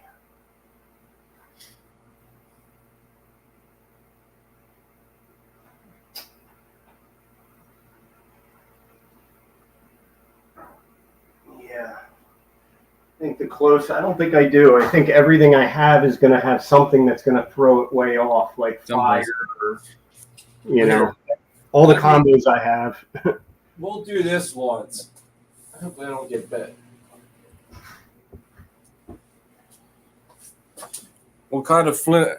All right, everybody, take a good look at that awesome thing, because this snake is not going to come anywhere close to that. I tell you that much now. Which is, the blushing on the top, I mean, just unbelievable, right? That is just an amazing looking snake. And how about the orange down towards the tail and stuff? Because that's where it really starts to show off, doesn't it? Yeah. See. Yeah, like I said, this camera is not. I mean, it doesn't look terrible, but it's not doing it nearly the justice. Well, it looks like it almost also the striping. I mean, it's and it actually like got brighter there on my screen for a little bit. And see, I think that, I mean, snakes never look as good on camera as they do in person, but you're getting the idea on how amazing that one is. Yeah. All right, so guys are seeing the bang there. Now, this is just a pastel OD that I produced. So you can see. Yeah. I wonder if that ring light might be really throwing off some goofy, because she is not that pale in person. Let me try that once. Yeah, so you can see that bang is a lot cleaner. And it might just be this line of OD that's in this too, but that bang has a lot more contrast. Yeah. I mean, you can even see it. Just tell it from your screen to my screen. It's just like, holy crap! Yeah, it's just glowing. Yeah, it's definitely. I mean, let's see if I can get the head stamp. See, that almost even has like an OD head stamp too. Yeah, but if you look, the black outlines the entire eye stripe. That's hard to. Yeah, he wants to only look at the camera. Maybe you could see it there. Yeah, no, you can see it. That's just beautiful, dude. That's one gene. I think I saw it first on Gavin from Balls to Use YouTube. And yeah, I mean, it also, another weird thing that it has is these black, its heat pits are black. I don't know if you can make that out, but it actually has black spots at every heat pit. Yeah. You see that coloring? That's actually, the scales are black right around each of them, which gives it a really cool look when you look at it straight on. Come on, pick your head up, buddy. That's just a neat gene. Yeah. Yeah, and like I said, I mean, the belly on this thing is insane. Truly insane. And the tracks on it. Good. I still can't get over the pie tracks on it. Head to toe. What's up, Tony? Thanks for tuning in. Bill wants to know if you plan on making more of those. Absolutely. We will be running this gene into all kinds of stuff as soon as he's ready to go, which I think he should be ready. He should be ready definitely either later this year or early next year. Okay. Now, since it's technically Sterling's project, do you have to wait kind of for, like, how does that go with as far as you releasing stuff with that? Like, do you have to kind of watch how you go about releasing it? So no. I mean, I'm clearly, there's not many of us that have them, so it's definitely not something where we're going to be releasing a lot of them, not until we really get them into different stuff and kind of get the project rolling a little more. But no, I mean, Sterling and I talked. I know what what directions he's going with it. There's a few that went over to the UK. I'm aware of kind of the direction that those guys are going with it. So, we're definitely not going to try to all go in the same direction, try to vary it a little bit, but no, that's That was a beautiful animal, dude. I actually forgot you said you had that, and the second you said Sterling, it's like, oh, I know what it is. Yeah, that's definitely an impressive one for sure. Yeah, to say the least. That's putting it mildly. Creative said they'd like to see some Tristripe. Unfortunately, I don't have any visual Tristripe. I have het, but I have no visual. Oh, okay. What else? Straight to DG, yeah. Absolutely. Yeah. Well, while we're on DG, you have any of that to show off? Yeah, I have some DG stuff. Well, we could start with, I have a visual. Let's see.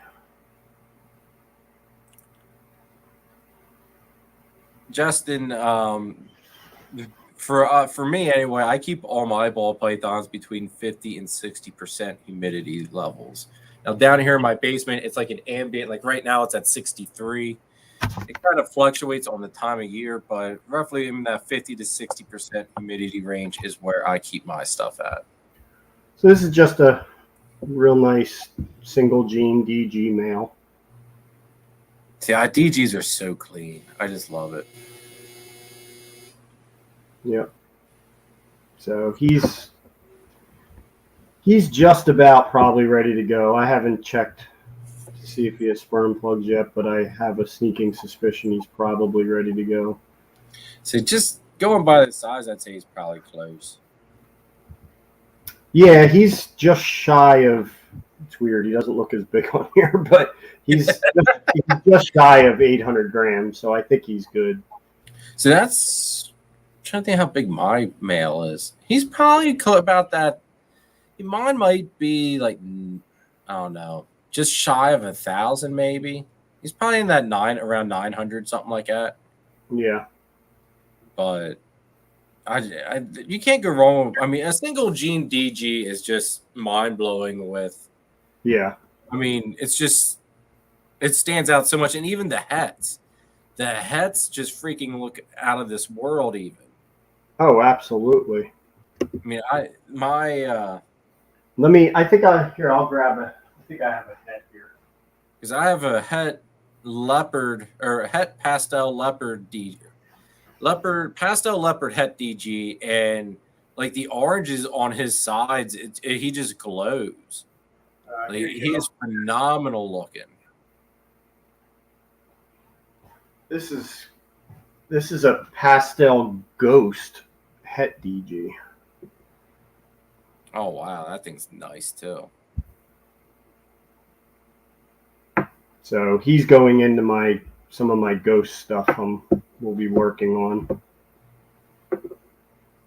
See, that's one I always found that combination interesting, like the ghost and DG combined, because it's kind of, to an extent in my mind, it kind of fights itself.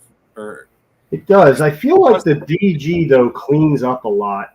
So we're going to find out. I'm kind of curious to put this into some. I'm actually thinking I'm going to go into some darker stuff. Oh. Just to see how that kind of plays out. So we'll see. Because I wonder if you won't start making some purpley looking snakes then. Because my eyes, I mean, granted, partially colorblind, but yeah, that's got ghost in it. The blacks become more of a purpley hue for right. Thing. Well, I'll give you a perfect example. What's up, Melinda? Thanks for tuning in.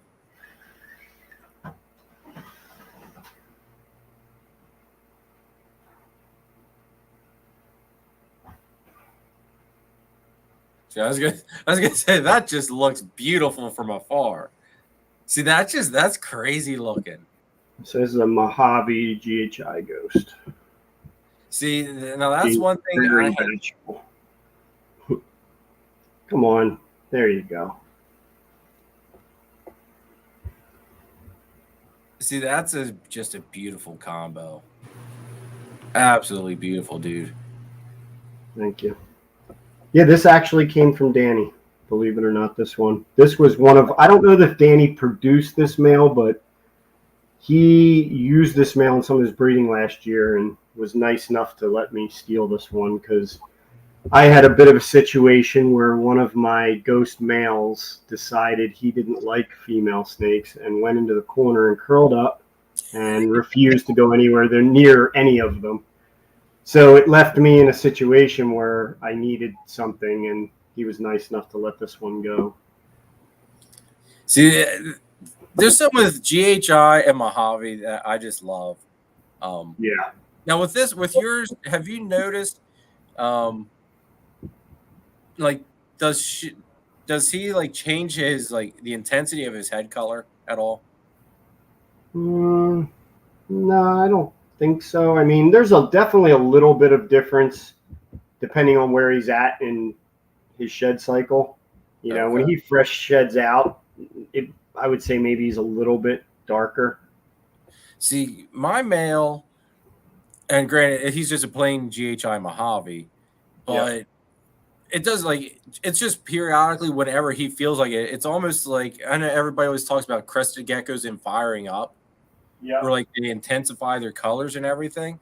Yep. And it seems like just randomly my male, he'll just completely blush his head out to where it's like it's almost like a how do I want to put it?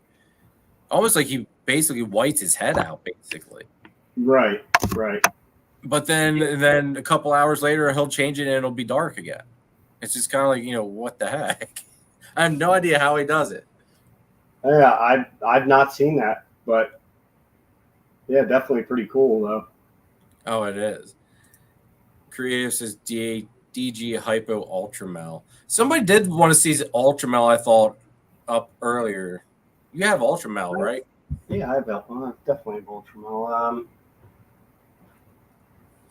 While you're getting that, since we were on the DG thing, let me...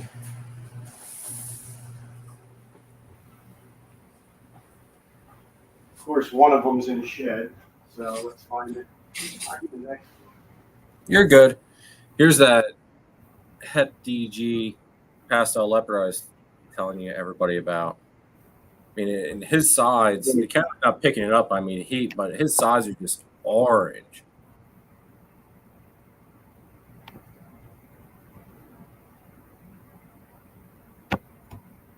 What is he? A pastel leopard? Yeah, he's just a pastel leopard Het DG. I think I might have literally a snake, the identical combo. And I have his brother as well, which is a pewter leopard Het DG, and he's in shed though right now. Ooh, look at that! Now is that just a plain Ultramel or this one is? My other one is in deep shed. I just opened it up and noticed. See, Ultramel is one that is starting to grow on me. And that's just like after seeing it in other combos and what it does. Right. Yeah, I know Danny. Me and Danny always go back and forth because he doesn't like Ultramel at all. So we always go back and forth about it. See, I was with him on it there for a while. Like, I just didn't see the hype behind it. But then I started seeing it in some other combos. It's like, man, I could really, I do see the hype behind it. Yep. And then Stephen and Courtney from Leviathan Snakes showed me they sent me a picture of a sunset Ultramel. And that's the deal. It's like, okay, at some point we're getting Ultramel and going to try to get a sunset at some point and go for that. Yeah, they're definitely cool animals. Now, what genes are you hoping or planning to put into your Ultramel stuff? Like, are you going to go dark genes or? I'm definitely going to run into pied for sure. I do like the Ultramel pieds. I am going to definitely take some of that into some darker stuff just to see where it goes. Maybe blackhead, maybe black pastel. we'll see on that side. Definitely, I want to see what some of those combos will look like. Because I think it almost, from what I had seen, Ultramel really benefits from the darker stuff, if I'm not mistaken. So I think that's where you start getting those purples. Yeah. If I remember, I guess it was Austin maybe saying about it. Yeah. Yeah, I agree. Yeah, so again, I don't typically do a lot of, I'll sit down right before breeding season really starts. Like honestly, like no more than a month before. And Okay. and I basically lay out my breeding plans for that season. So I don't typically go, yeah, sometimes I see things and I'm like, oh, that's really nice, or I think I might do that. But the bulk of my planning doesn't happen. Personally, I just like to wait till I know exactly what I have to work with. Especially because, to be honest, I spoke about it earlier. I have this gorgeous, here, I'll grab them. I have this gorgeous ghost male that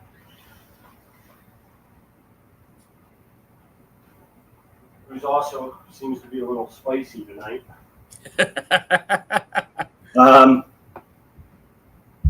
So, come on, hold still. Hang on one sec.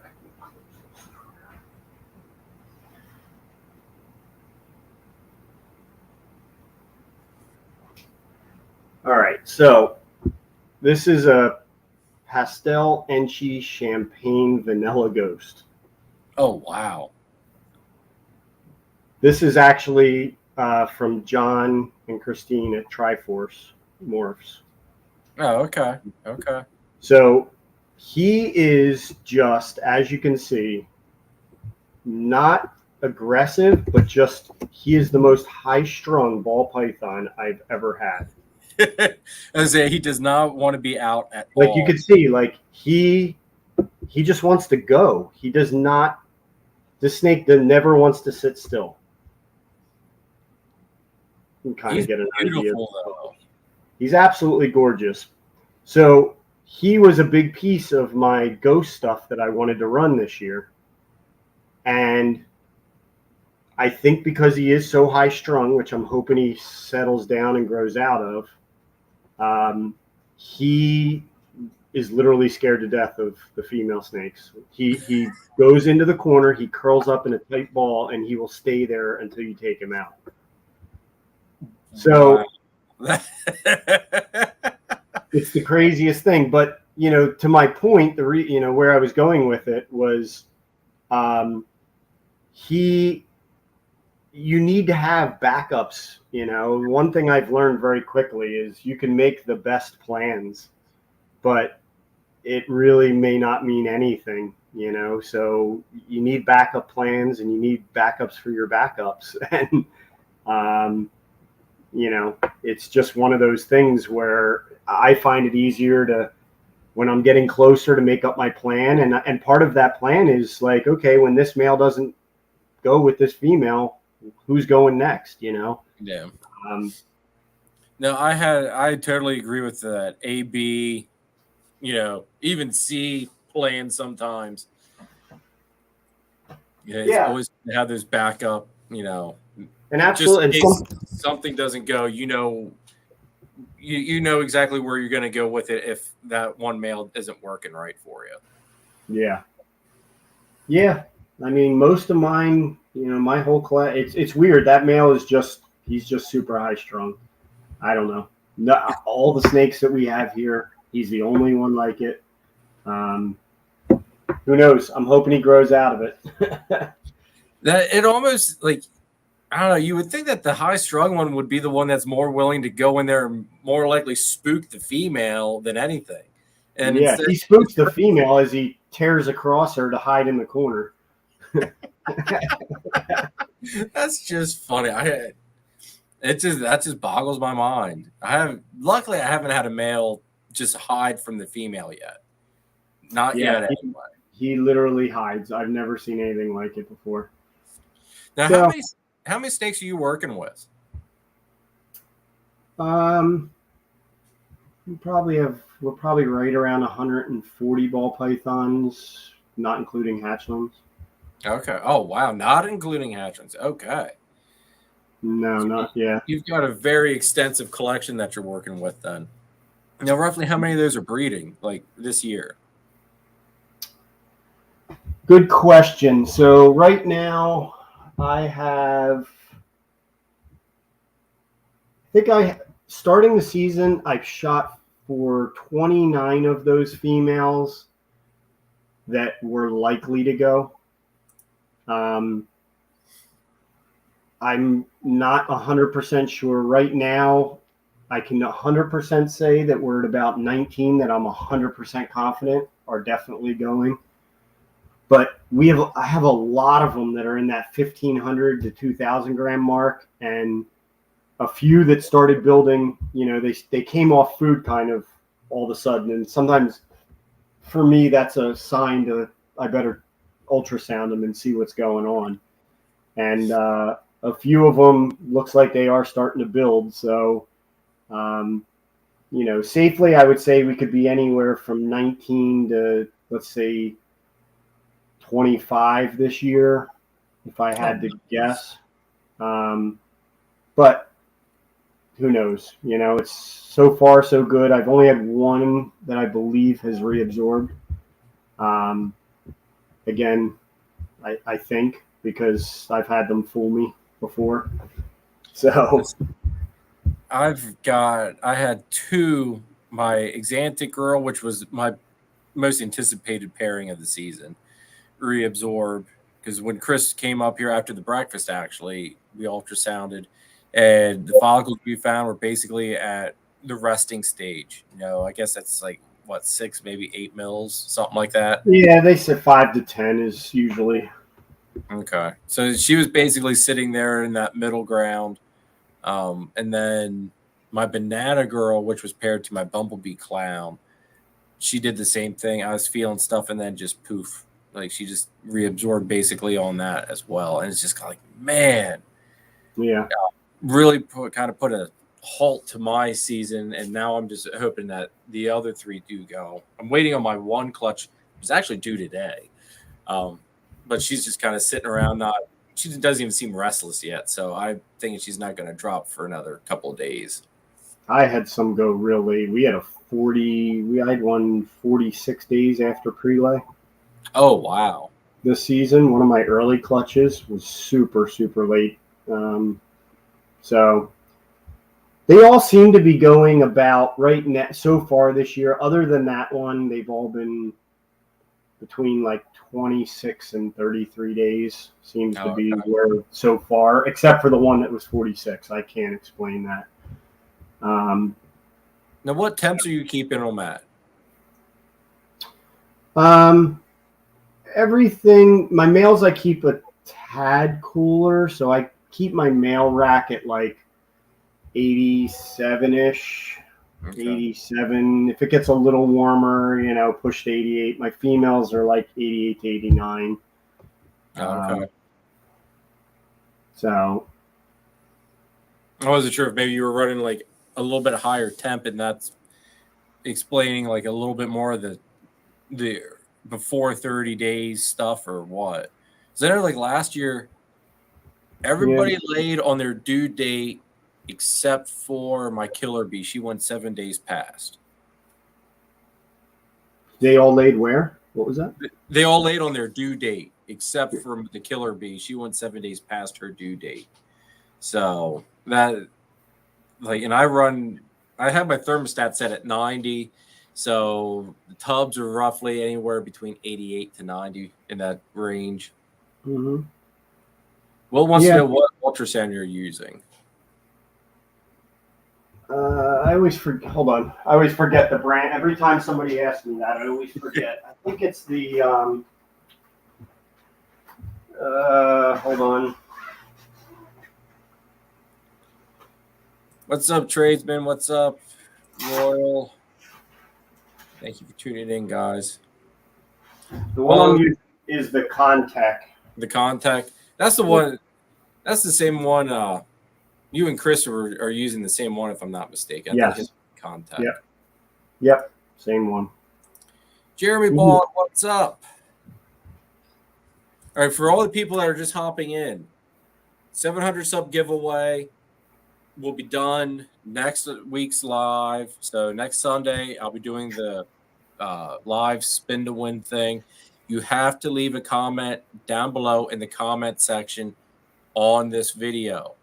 So the live comments here, like the chat, does not count towards the spin to win. It's got to be in the comment section on this video. So definitely make sure you put your comment down for that to be entered to win this license plate. Let me put me on the big screen quick. This license plate, which was actually done by Nathan himself at Infinite Possible Pythons. He did this along with some other stuff for me. You'll be getting one of those and some stickers. So definitely make sure you let the comment down below, and we'll see who wins next week. All right, let's see here. If anybody has any questions as well for Nathan, drop them there, and we'll do our best to answer them. And Jeremy, actually, now before we get any farther, Jeremy, just so you know, I feel like I'm talking to myself when I do that. Jeremy number 2. This week's video is your girl, so make sure you catch that one because I'm really pleased with that footage we got of her. Jeremy, quiet. Chris is here now. Uh-oh. Sorry. Everybody, shh. Don't tell Chris what we were talking about. Chris, go back like 2 minutes and you'll hear the whole spiel about the whole 700 sub giveaway.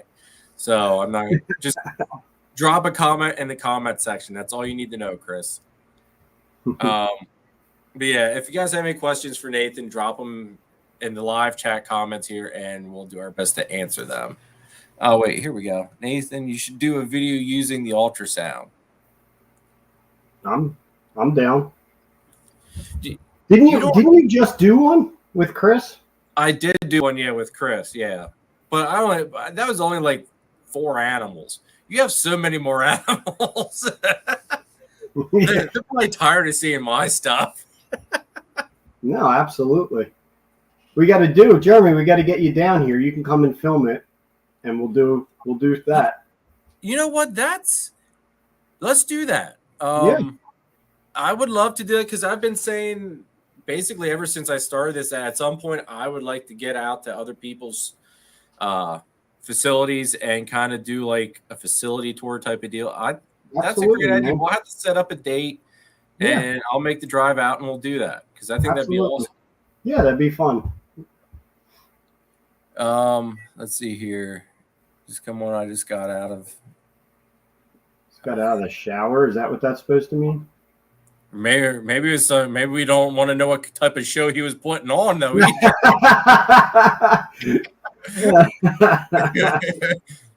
might want to elaborate there, Chris. Oh no! Wait a minute. Wasn't he switched dates because he was going to something today? Oh, that's right. Yes, it was a show. Yes, yeah, that's right. That's what it was. Yeah. We should do. All right, we could do that, Chris, because you can tell me if my Xanthic girl's going to be doing anything here, because she was eating ravenously again, and now she just shed like 2 days, I think, before my normal feed day, and she wanted nothing to do with it. So normally she's a pretty heavy hitter when it comes to food. So I'm kind of curious if any of them's moving around. If I should maybe start throwing the males back in and just seeing. But the males actually need to have a meal or two in them because they are just not eating at the moment. I think it's all the pheromones in the air. I have a few, actually, that have given me a little bit of trouble this year. But honestly, I actually bathed a couple of my males yesterday that were giving me trouble, and they all ate today. So I don't know if that was coincidental, but I figured, when we pull females, we always bathe them and put them in a fresh bin and everything. And I Yeah. just started to get suspicious because the males that were giving me trouble were the last ones that I had paired up. Oh, okay. So I figured I didn't even change their bedding. I just pulled them and bathed them, put them back in, and both of them ate today. So I don't know if that was coincidental, but neither of them have eaten in 2 months. So And see, mine have been a while. It seems like they do it like last season they did it. It's like once I start pairing after, I'm going to say 2 months into the season, they just like completely shut down. So it's been probably, I did get the DG male to eat. I used Kai's trick on that. He had said about after you pull them out from the female, feed them put them back in their tub and try feeding them shortly after that. And I did that. And the first time around, he ate no problem. Tried to do it the second month, the next pairing after that, because after that 1 week he refused and the trick didn't work. Now, I've had other people say take them on car rides, which that's my next step because I've tried the tub, giving them a bath, and a bath, complete new bedding swap, and no luck, and they're still off. Even 2 of the males, which haven't, well, the one, my ODYB male that hasn't even been seen a female this year is even off food. he's sexually frustrated, man. He might be. Show him a girl, would you? He's the one that gave me my Orange Dream Bumblebee last season. And I just love that snake. I mean, I don't know why. I just absolutely love that snake. That was a dream snake to hit, and it just sucks it was a male. But there again, something where I didn't need a bumblebee male, especially like an Orange Dream Bumblebee male. I wanted a female, but I couldn't let it go because it was a dream snake of mine to produce. So it's like, you know what? We're just gonna, not this coming season, but next season he'll see the Exantic girl. Or my Orange Dream Exantic girl. So I'll make some super ODs that are head Exantic. Nice. Yeah, I only actually, somehow, shockingly, I only have 2 males now not eating. It's so funny, certain males. One of my males that got used the most this year never missed a single meal through. He went to four girls this season. Wow. And he never missed I kept using him because he kept eating and never came off food, nothing. And then I have other ones that you literally make one pairing in the room and they don't want food anymore. They're done. They're done. See that? I'm almost, because there's one female that's still getting paired, and that's my Peter Leopard girl. And I'm hoping that once she ovulates, hopefully like all the pheromones in the room just completely die out and these males go back onto food, because it's kind of frustrating. The one thing, I don't know if this is it or not, but we started running an air purifier in our snake room, and I swear, I think either it was just coincidental. I had 8 to 10 males that weren't eating. We started running a new air purifier in our snake room, and within the next feeding, all but 2 of them went back on food. Now, is it coincidental? Maybe, but it's funny you mentioned the pheromone thing. I wonder if maybe that played some type of role in it. I see if it somehow didn't. That's something to think about. I never would have thought about that. That is something to think about, though. But I will give this one warning to everybody. If you run an air purifier and it has an ion function, do not turn it on because it makes herp stats reboot.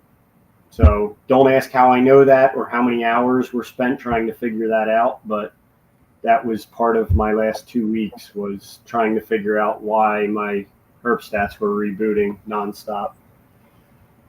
It makes them reboot. Now, I like, what does the herp stat do when it reboots? Like, completely just wipes.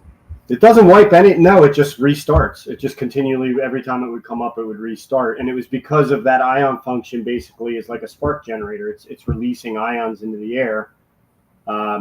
It was interfering with the sensor probes or something that's connected to it.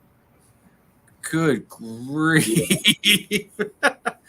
See, I've gotten to know Dion over at Herpstat very well in the last 2 weeks because of this whole situation. Because honestly, I was ripping my hair out, and it was just one. It was only really affecting one rack at the time because we didn't know what it was. I didn't realize it was my one standard rack that's all metal. It's welded.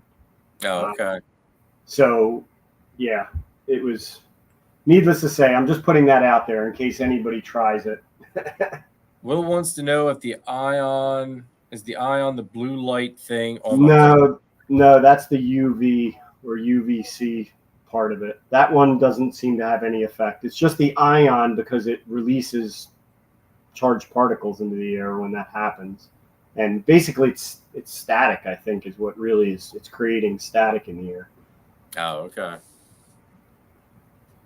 Now, what's an air purifier even run roughly? Cost-wise? Yeah. I don't think it was. I think my wife just picked these ones up at Costco on sale. I want to say it was maybe $100 or something. Oh, that's not bad then. That's not bad. But I don't know if that very well may be it. And there's no way for me to really prove it at this point, short of shutting it off and waiting. But waiting, do a couple pairings, and see if right, exactly. Shoot. All right, let's see here. Social media wise, you only have Instagram, correct? And Facebook. And Facebook, yeah. But you're not running YouTube yet. I'm not. And I know I should. I said, do you ever plan on running a YouTube? I think you really should, Nathan. I really think I know. I really think I should too. And my wife just yelled at me kind of the other night about it, saying, like, why aren't you doing it? Honestly, the biggest reason is that I've been so bit, I juggle the snake stuff, but I have 2 other businesses. So between these 3 businesses, it's time consuming. A lot. Yeah, it's a lot. And is it an excuse? Yes, probably. I probably could find the time. My wife said, turn the camera on while you're doing what you do every night in the snake room. And I'm like, yeah, I guess that's probably true. I could do that. So, or have her do it. Film me or do all the work? No. Have her run the channel. Like, I mean, I don't know what her schedule's like. I might be getting beat up, here at the barbecue. It's very true. Yeah, I mean, to be honest with you, she does MMA and jiu-jitsu like, I don't know, 5 nights a week. So most nights she's not here till I'm finishing up for the night. So okay, all right. She's got a busy schedule then. Yeah, her schedule doesn't have time for YouTube. My best bet to say honestly is to try to bribe my 14-year-old son that's better with all of this than any of us to probably do it for me. See, that's it. See, is your son involved with it though? No. Okay. Not even a little bit. My daughter, yes. My son has 0 interest in any of this. See, my son's 15, and he approached me. He goes, "Hey, Dad, how about we start a TikTok for the company?" I was like, say I got YouTube, I've got Instagram, I've got the little bit that I do on Facebook. I've really neglected Facebook because I don't know. Instagram and YouTube seem like such a better platforms to run off of. Right. And I told him, if you want to do TikTok and that's going to, and my gears were turned, if that's the one way I can get him into helping with this, because ultimately I want this to be like something for him and my daughter Hadley. Yeah. And I'm supposedly supposed to be trying to have another baby here at some point. So whatever that baby ends up being, it's, I want the kids to end up, having this. Yeah. And I thought, if this is my way of getting him into it, awesome. And told him, go ahead and make it. And I think he might have taken he didn't even take the videos. I had to send him the videos. But I think he might have put like 2, maybe 3 videos on TikTok so far. It's just like, dude, come on. Yeah. So, Yeah, it's tough. I'm very lucky. My daughter and my wife handle 95% of our rat production side of that's gonna be things. my next question about how you do your feedings and stuff. Yeah, so I'm very lucky. My daughter's very involved in that. Like, I don't, she handles all of the rat stuff, what gets paired, what's being held back, all of that. She also breeds stuff for sale for rats for pet, the pet Oh, societies too. So, um, you know, I'm very lucky in that sense that they take a lot of the workload of that. I just handle the cleanings, the big cleanings every week, and for the most part, they pull litters. They do all of the rest of it. oh, wow, okay. Now, are you just doing rats or ASFs? We Mine? do rats and ASFs. Okay. Oh, look, Ed's here. Hey, Ed. Yeah, I was gonna say his ears. Well, he said he's been watching basically the whole time. Uh-oh, So then he heard what we said about him. yeah, he heard all that trash talk earlier. Yeah, right. No, and I'm glad to see you here. I really enjoyed talking to you the other night, man. It was a pleasure talking to you, and I greatly look forward to having your PVC enclosures here at some point. So super excited to see those. Yeah, so the rat, as far as the rat stuff goes, yes, we breed all of our own rats and ASFs. Now, do you produce enough where you sell the extras or freeze off anything, or are you guys just producing enough for yours collection? We free anything left over is we freeze. Okay. I do not sell anything else. I will be listen. I give guys like Chris and everybody credit because doing rats to sell is not something I'm signed up for. It is way more work. Way I say it all the time. The rats are way more work than the snakes.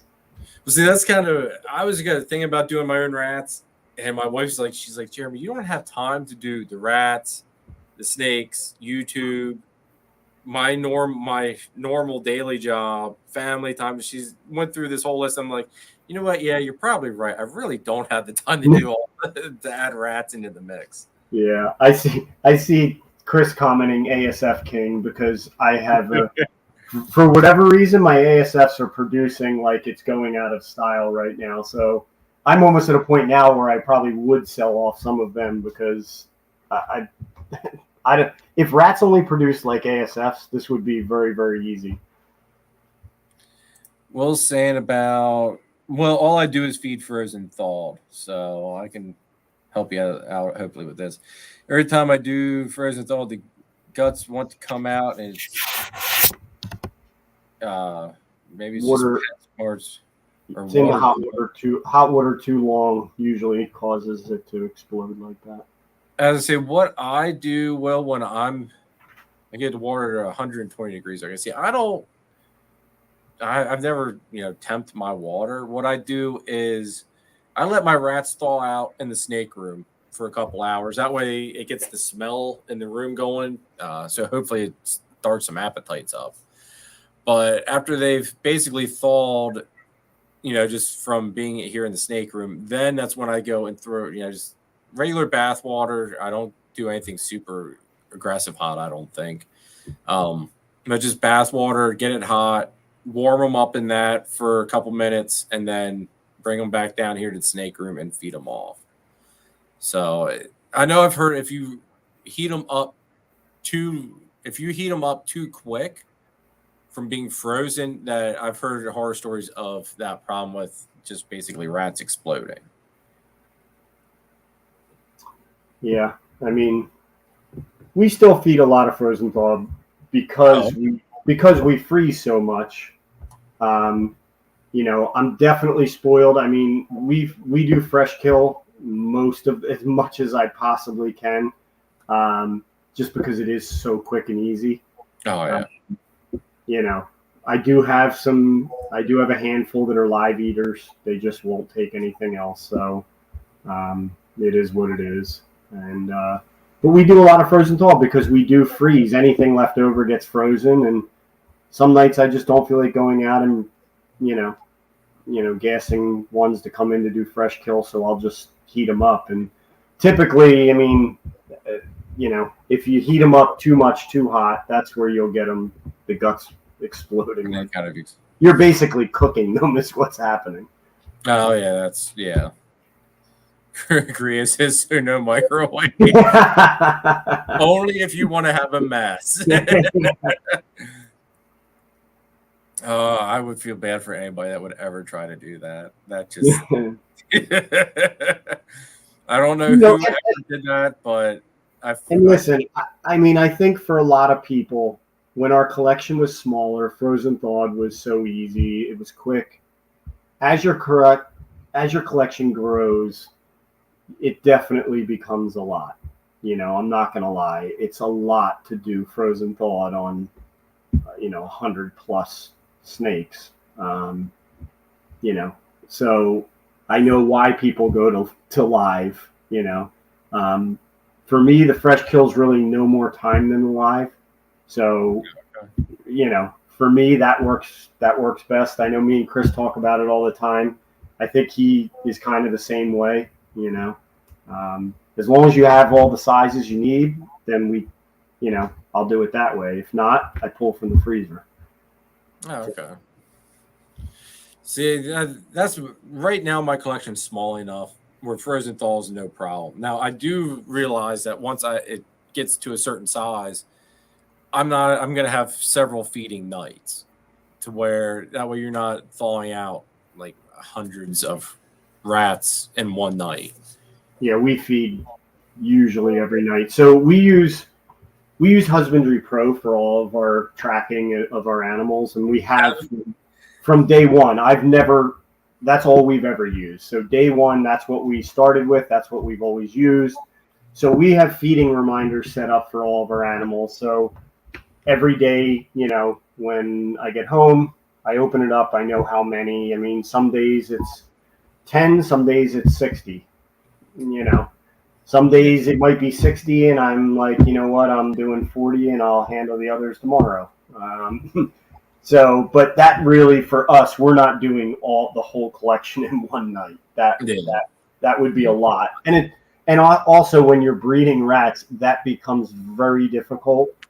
One of the things I learned early on with the rats is the hardest part is trying to make sure you have all the sizes at any given time.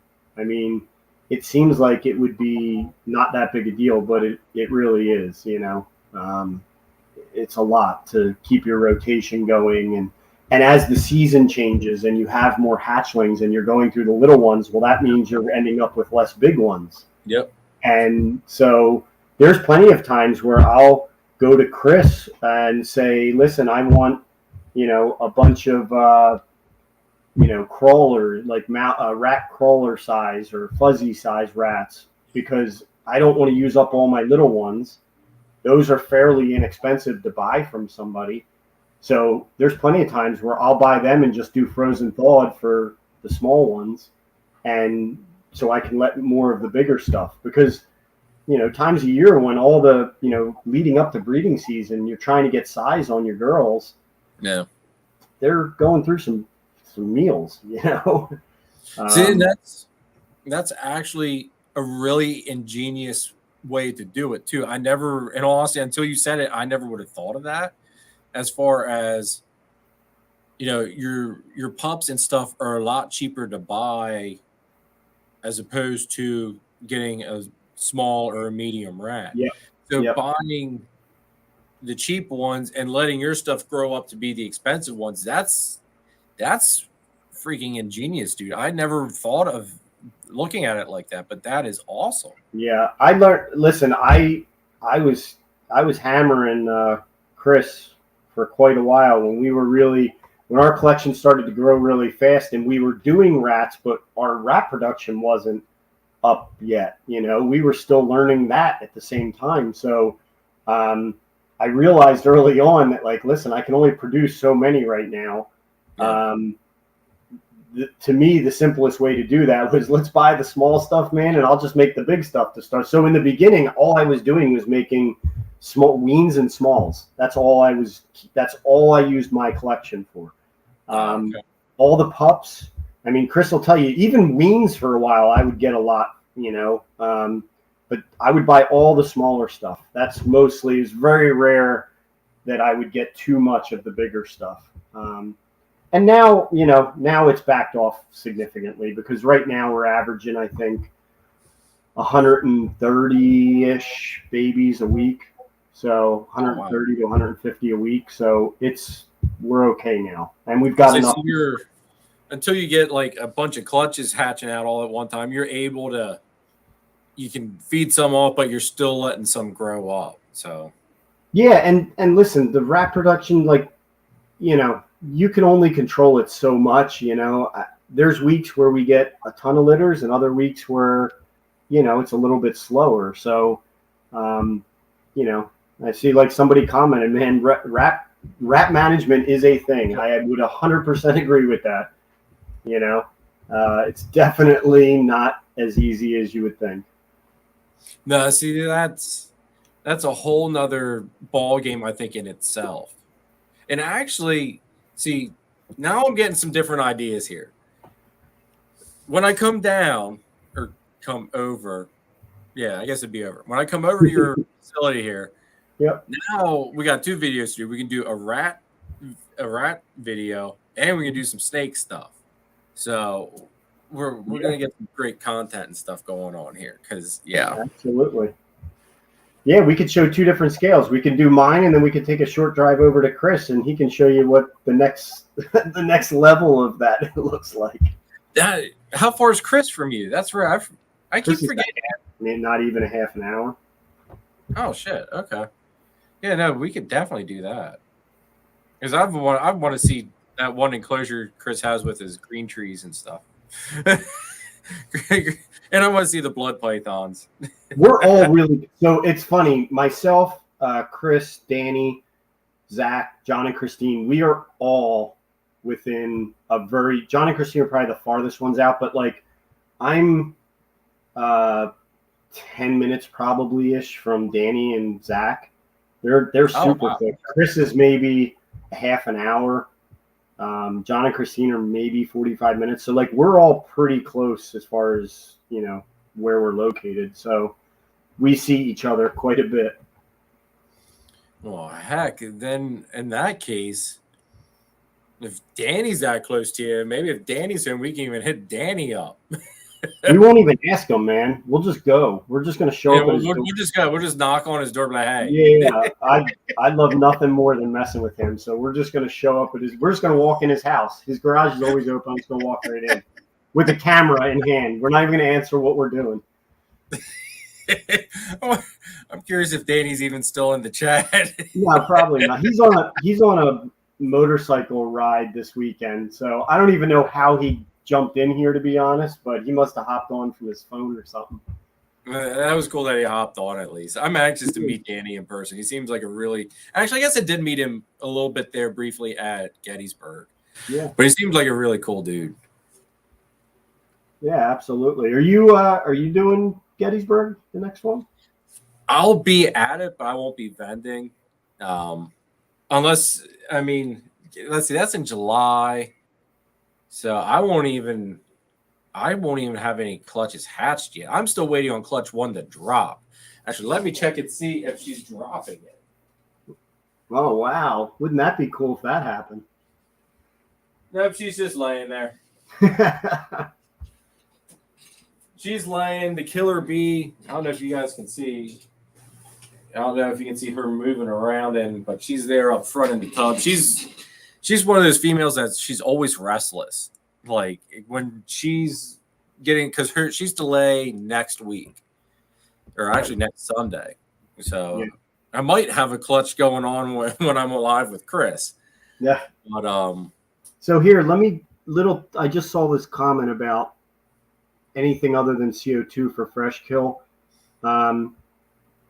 There are, I know I've heard people use nitrogen, I think it is, as well. But I'll give a little tip that I found useful, because CO2, for whatever reason, used to be so easy to get anywhere. Even like the paintball CO2 things used to be super easy. You could go anywhere, but Yeah. I guess everybody switched to compressed air now is what I'm being told. So it is not that easy to find. What I did was I went on, you can go on Amazon and buy the 90-gram smaller containers, the one-time use ones, but they're bigger one time. They're 90-gram. And I think you use an adapter, but you can use all the same fittings and everything.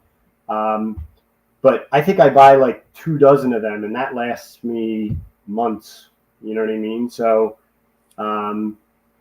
that's one thing I would suggest is if you don't have it local, give that a try.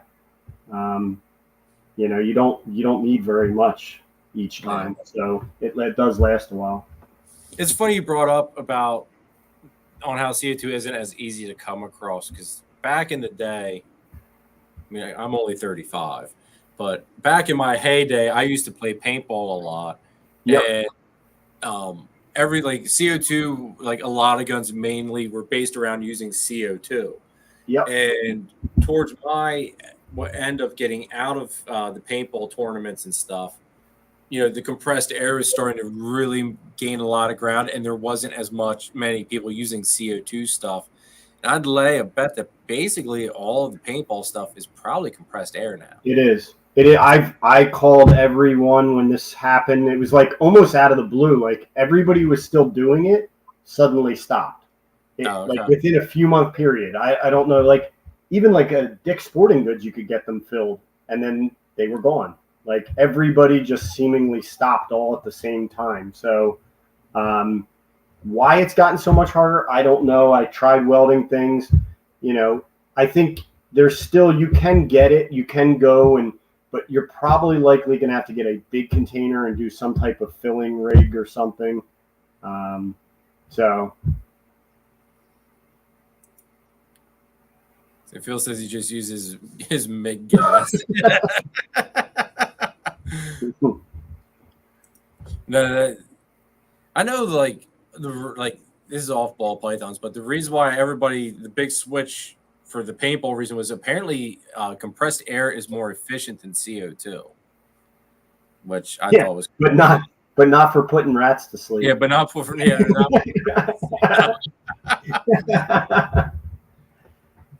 shoot. All right, so you actually kind of beat me to the punch here with the record keeping thing. And have you noticed, because I'm still getting used to Husbandry Pro, because actually I just started using it after my live with Billy. After talking to him and hearing about all the different things it can do, it really opened my eyes. So when you guys actually come up here for the cookout, I'm probably going to ask you to show me some stuff on it. I've been using it from day one. I love it. I would not, honestly, I recommend it to anybody. Danny and Chris and I always have this ongoing thing. They don't use it, but I tease them constantly about it. Every time they complain about something, some record keeping thing, I always have to make a comment to them about, well, I don't know. I don't have that problem. So,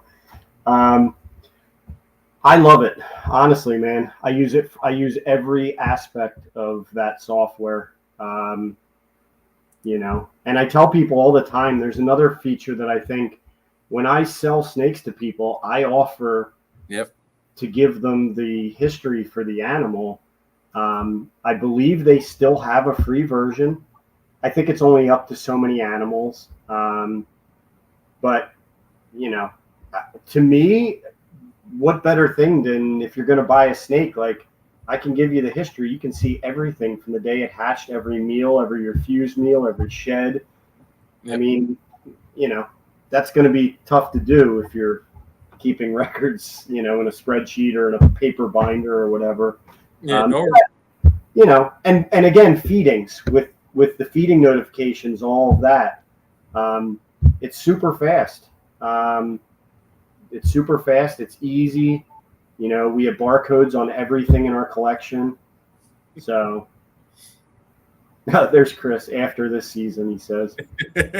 Well, I do have to say this with as far as when to get in, like you said about getting into it, and you don't regret it. the sooner you get into Husbandry Pro, I The think easier it's it is. better, because then you're not uploading all, like, say you have 100 animals and you all of a sudden get into it. You have to upload all those 100 animals in. If you start out when you have like 5 or 10 or whatever and just add them on as you get them, it's so much easier. Yeah, but much. to be honest with you, I've not ever used this, but I'm pretty sure you can import into there from a spreadsheet. I'm like the 99% sure. So yes, it is more work initially, but if a lot of people keep them in, use Excel or something like that, you know, I think you can definitely do that and just import them in and save yourself a ton of that initial time. But you're correct. I mean, it takes time. You know, the bigger your collection, the more time. But also remember that only gets worse every year you wait. Your collection's not likely to get smaller. No. So, if it's getting smaller, you're doing something that you shouldn't. Right. Right. I noticed for me, like, before I would feed on Friday night, Saturday, after my daughter would take her, when my daughter would go down for her nap, I'd come down here in the snake room. I'd spend probably about an hour roughly going through, writing down the date on every card, you know, whether it fed or not, and all this crap. And now I go put the rat in. If it eats, scan it, click quick activities, feeding, done. And if it doesn't, you know, refuse food. But it's like I don't have any wasted time. Like, it's super fast and efficient. It really is. It's worth every bit. I mean, I'm on like the $4 a month tier or something like that. I think it's like for 50 animals. So it gave me room to grow at the moment. But I hear that. Yeah, I don't know. I get it. Like I hear that from people a lot. Like, it's, you know, I don't want to spend the money on it. But, and I guess that kind of depends on, you know, are you just a keeper, or are you a breeder? And if you're breeding, you know, like you said, 50 animals, $4 a month, whatever it is, that should be a no-brainer. I mean, What is that? One snake produced covers that for the year. I mean, So I get it, you know, those recurring expenses, but I'll tell you, man, the amount of time saved, I'll take the time savings anyway. Yeah, exactly. My time that I save is worth that $4 a month. Right. Exactly. Yeah. I mean, yeah. You figure me what I make at my job. I mean, you know, it's well worth, my time is at least worth $4 an hour. Right. Yeah. It's a well, and then on top of it, I don't know if you're on Billy's Patreon at all, but if you're on a certain level of Billy's Patreon, you get a code to get X amount off of Husbandry Pro to begin with. So I'll have to look into that one. I mean, I forget what tier it is or what tier it starts at. I think I just barely miss it because I'm at the beginner breeder, I think it is. So it's like the $25 tier. Just because at the moment I'm still small. I'm too small to justify spending the big money. But I get enough information that I can justify that price. Yeah. So. Yeah, and I don't know. I'd have to look. It's been a while since I looked at it. I think with Husbandry Pro, I think there are some features you get after you get to a certain level, but I think it gets into some more of the, you know, more advanced stuff, which is definitely not necessary up front.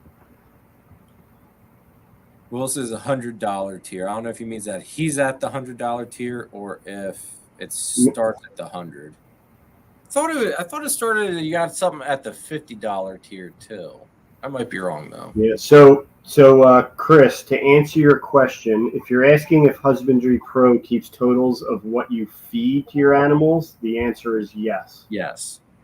Like, here, I can put mine up. Here, let me up. I'll bring mine up too. We'll compare. Let's see. Like, it gives me. Oh, hold on here. Wait. I went to the wrong. I got too fancy. Went to the wrong screen. Watch it not want to. There we go. It gives for the different sizes. Now the red negative things are because those are rats that I buy live, and I just don't have, obviously I don't keep them in stock. But it keeps a live running count of what I have in the freezer. And every time I feed something off, that number goes down. It subtracts, so it lets me know when I'm getting low. So it's a great thing. It's a great feature. I really love it. Yeah, it is really. It is awesome. I mean, for Chris, I think he's asking because it is good to know what your collection's costing you. I mean, I think a lot of people couldn't tell you what their collection cost them to feed. Yeah. And that's another nice thing too, is that you can put in how much a rat is for each size on that too. Yep. So you can run the monetary total and your amount that you're right. So that's the nice part. It's super flexible. You could set your feeders up however you want. I mean, you could set them by size. You could set them by rat or ASF or mouse, or you can set them by live. I mean, you could literally divide them up however you want, and it'll keep a total for each type. And we're also as nice as when you set up your feeding notifications, you assign a size and type to every animal. So when I go in each day, it doesn't just tell me who has to be fed, but I have a list of what it is they get fed. Yep. And then you can also assign how often that animal gets fed as well, too, to where it sends you notifications on the day that it's due to be fed. So it's awesome. Yeah. And then even as I don't know how often you use it, Nathan, but like you can set up your racks.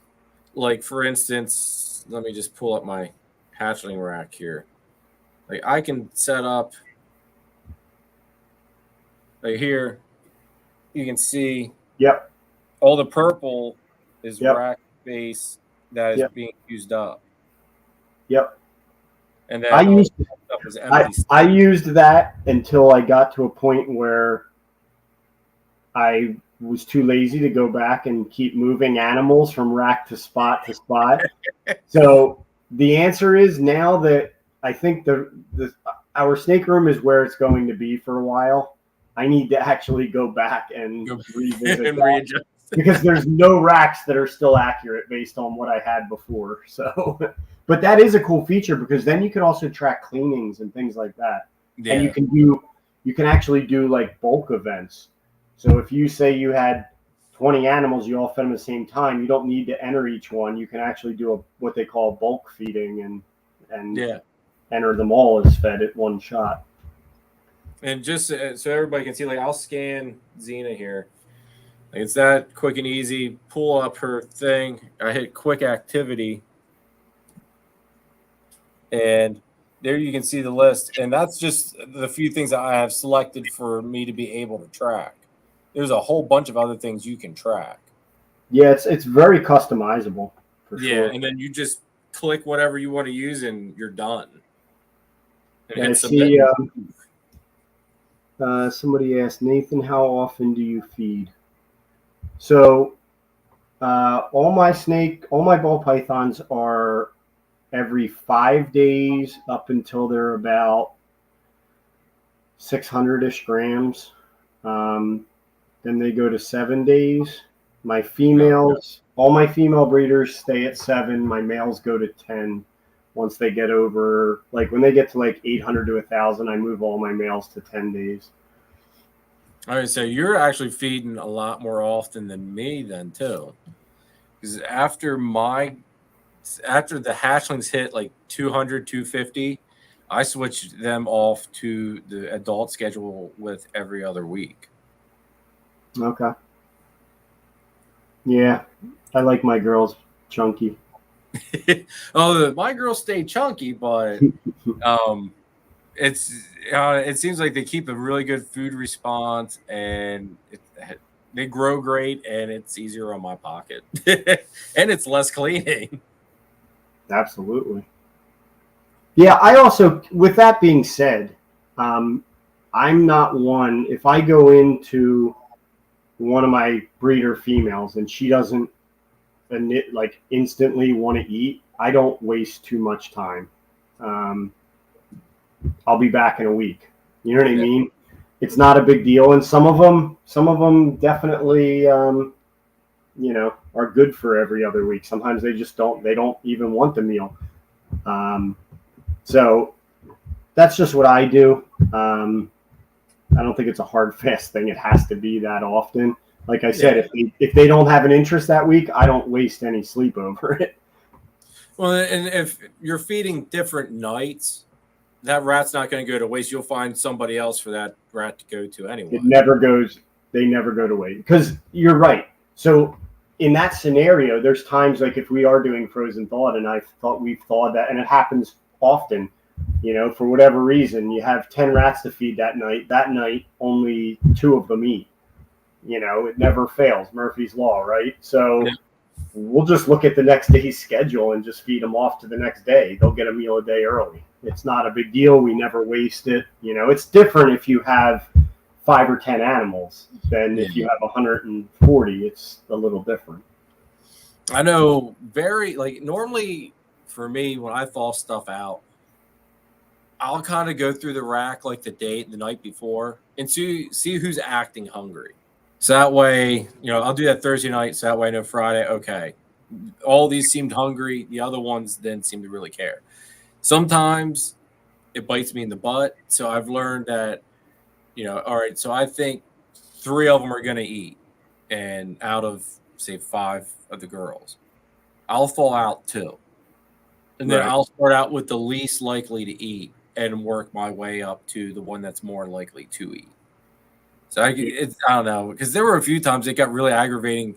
I thought it's like, all right, they all seem like they're hungry, ready to go. I'd go start feeding, and no, they're all just like, nope, don't want anything to do with it. It's like, what the heck, really? And then I'm throwing out like 3 or 4 rats because nothing goes to waste here. Yeah, listen, we've all struggled with that, man. You're not alone. Like, there's nights.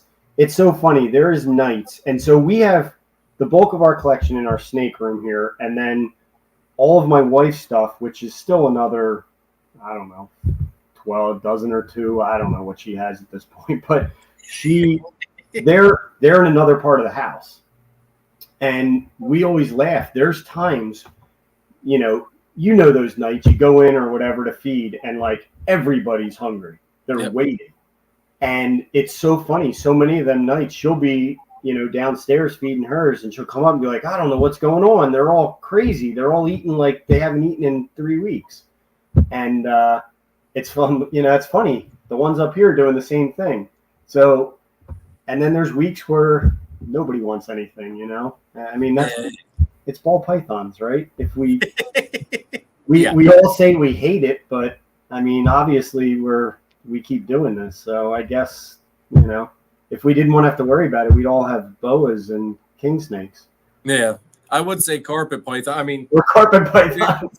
She's always hungry, but it's here's what I want to do. I'm ready to have babies from her, but so hopefully, since they're coming for me, I can get them switched over to rats quicker. So that way they are garbage disposals for the uneaten stuff, because it's very aggravating. It is. And I have a few snakes in the collection that were came from somebody that was feeding mice. And the only thing I don't breed mice. So luckily the ones that were on mice, either I got them to go to rats eventually by playing all the tricks and sending and whatever, and eventually got them.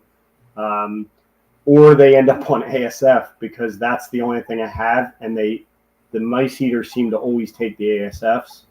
Okay. So that's usually, and I have, I have some that I've been able to get from ASF back to rat, and others that don't.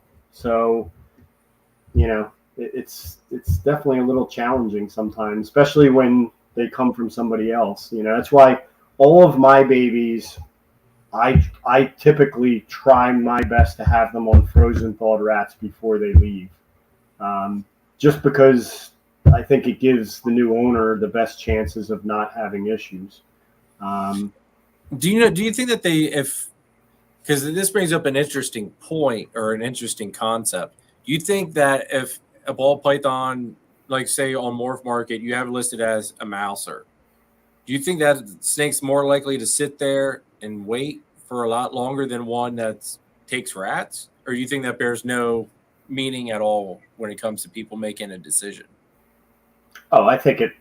I mean, I would think to me it would make it. It would definitely make a decision for me. But listen, there's a lot of people that feed mice, and if you're one of those people that's feeding mice, then no, that's probably not a real big deal, right? So it's not that it's really just, does it fit into your collection, right, or your routine? For me, I don't breed mice, so to feed mice would be a pain, right? So yes, for me that would be an issue. But I think it's different for everybody. It really just depends on what you feed. I mean, for me, I see that when they're on the rats, they tend to grow bigger quicker. Yeah, totally agree.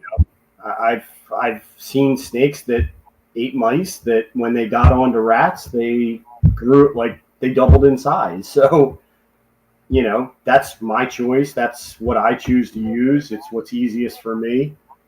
So, I think it's really, there's a lot of personal preference there as far as which direction makes the most sense to any one person. Well put. Well put. Because I have my pied girl that I just picked up here a couple months ago. She won't take anything but mice, and it's so aggravating. It's just like, oh my gosh, like this girl's gonna take forever to get up to size just on mice, and it's like, oh man. And I'm trying to, like, I haven't tried scenting yet. I'm just happy that she's eating. So, but every feed night, every Friday when I feed, because I feed some of the smaller babies, more recently the newer pickups. I feed them still every week just to get them onto the routine, and I always try her, just hoping that maybe one day she'll surprise me and take a rat. She'll strike defensively at it, but that's it. It's just like, just grab it and hold on to it. Just so frustrating. I have a few snakes that will immediately take a rat you feed it, will wrap it and all, and then when I go in a few minutes later, it'll just be laying there.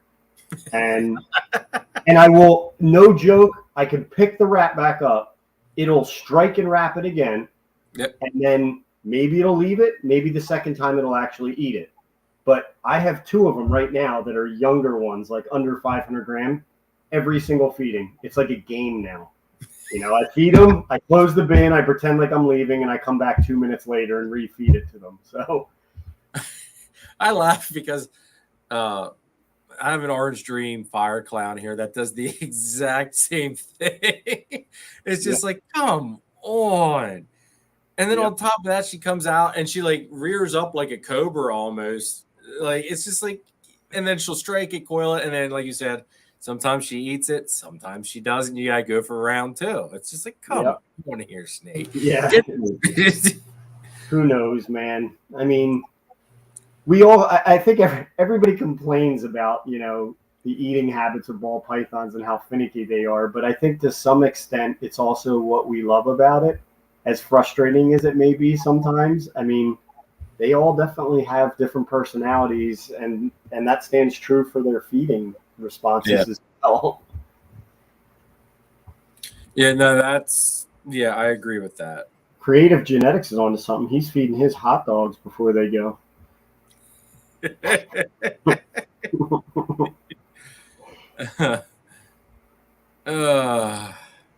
Let's see here. I had to. Yeah, I've definitely bought a few snakes, a few balls that were definitely not eating rats and were a little tricky to get on.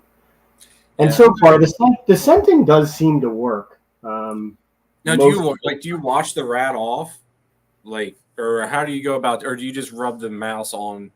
Yeah, I usually physically rub it all over it. Okay. Yeah, and I don't want to say it works. It definitely does not work. It, for at least for me, has not worked across the board.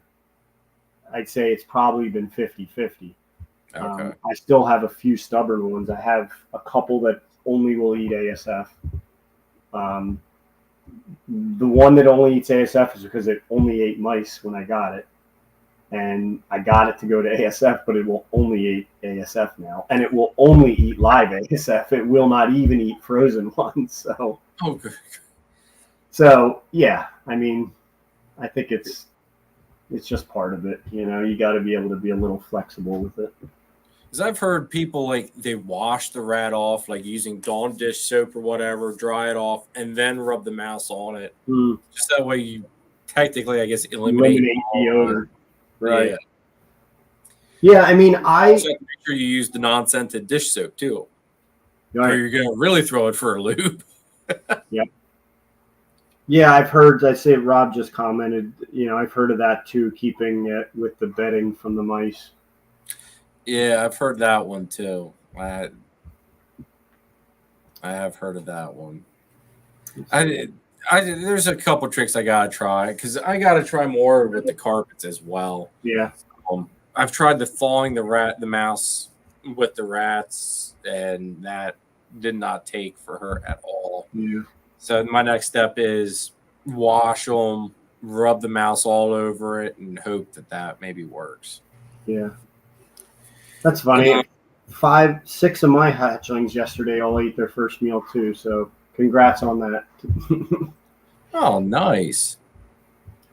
See, I'm seeing everybody hatching out clutches, and I'm jealous. Like, I just want my first clutch to come for this season.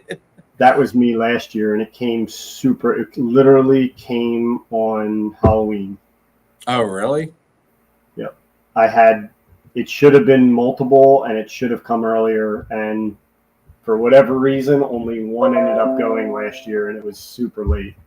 I see that. Yeah, that would have been, that would have driven me nuts. Yeah, it was painful.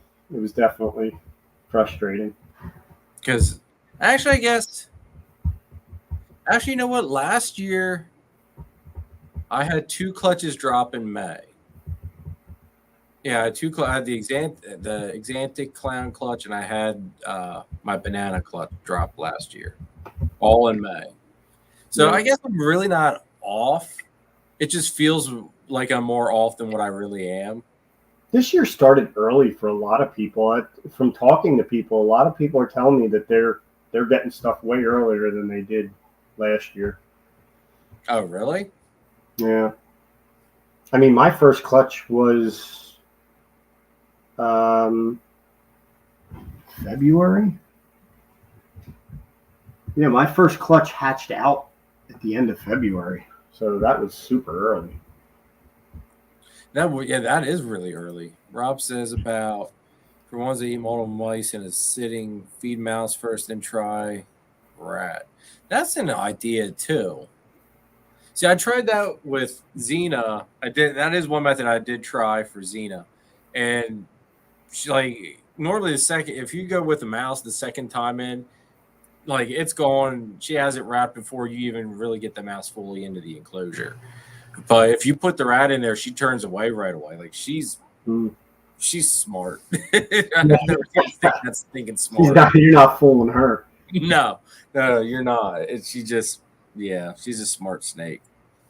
Since we're almost at where I like to keep it with the 3-hour mark here, I got a couple more things I want to ask you, Nathan. Yeah.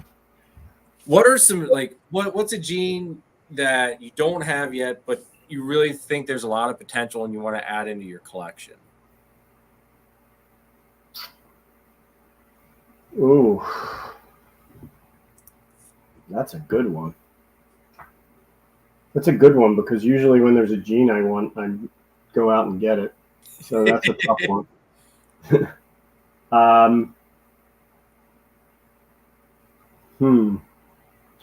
What I will say is I'm hoping I don't have a visual dream sickle yet. Okay. I was hoping to add it. Actually, a clutch that's about to drop, I was hoping would have been. It was supposed to be a het-to-het pairing. So pied, both were pied het lavenders. The only downside is that I sent the sheds away, and when I got the testing back, the male came back as not being het lavender. Oh. So the pairing's done. The eggs are about to drop. Now, there is some, from talking to Hannah, there is a possibility there's another line of lavender albino that is rarer, that they haven't seen. And I recently found out from another breeder that they had sent in a shed, and that was a visual dreamsicle. And when they sent back, they said, no, this was a het. It wasn't visual. So that makes me feel a little better that maybe there is another one hanging out there, but we're going to find out real soon, hopefully, because if any lavender, anything comes out of this clutch, then at least I know. So yeah, if not, that's definitely something I definitely want to have in the collection that I don't right at the moment. Okay. Well, it says Trojan is a gene that they want to add. See, mine's acid. I need to get acid into the collection. I know everybody that's always here probably gets tired of me saying it, but I saw there's a bumblebee leopard acid, and that thing basically looked like a monsoon. It's very spotty. I would call it the poor man's monsoon, basically. Nice. And the second I saw that thing, my mind straight went to Exantic, and I just think that would be like the most amazing looking animal to have in Exantic. Yeah. Let's see here. All right, 2 more, and then we'll wrap it up if you're good with that, Nathan. Yeah, absolutely. All right. What are some of your sales techniques? Because I don't think the sales stuff gets really hit on a whole lot in lives. So what's some of your sales techniques? Honestly, man, I try to be pretty much an open book. I'm pretty straight shooter. I think that in any industry, especially this one, I think education goes a long way. And so, when you kind of touched on it earlier, the group of breeders that are in this area that you've gotten to know recently, that mentality is definitely something that for me personally, I try to do all the time, so, if at a show or something like that, talk to people, it's so frustrating to be at a show and watch vendors sitting at their table with people standing at their table looking at their animals, and they're sitting in a chair not engaging at all, not starting a conversation, not anything. So, for me, just talk to people, get to know people. I think as far as selling, there's a level of, especially when you're dealing with animals, there's a level of trust that I feel like has to be developed over time with somebody to become a repeat buyer. And, just starting that conversation and starting that relationship, whether they buy from you right now or not, I think goes a long way. So, and I think the other thing would be, represent the quality that you want people to see. You can't go and, let's say, go to a show and have a $5 setup with $5,000 snakes. You know what I mean? It all kind of has to go together. So, you need to present yourself in the way that you're looking to produce animals and to the level that you want to produce animals. For me, I'm very lucky because my full-time business is in marketing and is in production of trade shows and things like that. So that is my background. Like I'm in that industry a lot, and I definitely have a different perspective on what sells and how to sell and how to present yourself correctly. And that stuff goes a long way, and I understand, marketing stuff costs money. I get it. But I've seen people waste money on silly things and leave out things that could have grown their business tenfold. Yeah. So, be open, talk to people, start those relationships, and just present yourself the way you want to be seen by people. I totally agree with all that. That especially, like with what you're saying about on how you see people wasting money on little things that really don't make a big difference, but then they don't want to spend the money where it actually makes the difference. That there is a big key, I think. You gotta spend money to make money. Essentially, is how I always look at it. And if you're not going to present, like you said, that image of the quality that you want to have in your snakes, people aren't really going to notice you. Yeah. Like you gotta stand out or to draw the people to you as opposed to the guy next to you. Yeah. I mean, listen, I think, as far as from a social aspect, I think that comes easier to some people than others. But if you're not comfortable with it, I always tell people, you need to be focusing on the parts that you're the least comfortable with. Yep. Because otherwise you're going to struggle, and the most successful business people I know, as far as sales goes, that's their thing. They work at that. It doesn't come easy to everybody, and if you don't spend the time working on that, you're not going to get real far, No, I agree with that. Sean wants to know, are you into logo work as well? Yep, we do logo design. Actually, he did this. I'll let Chris.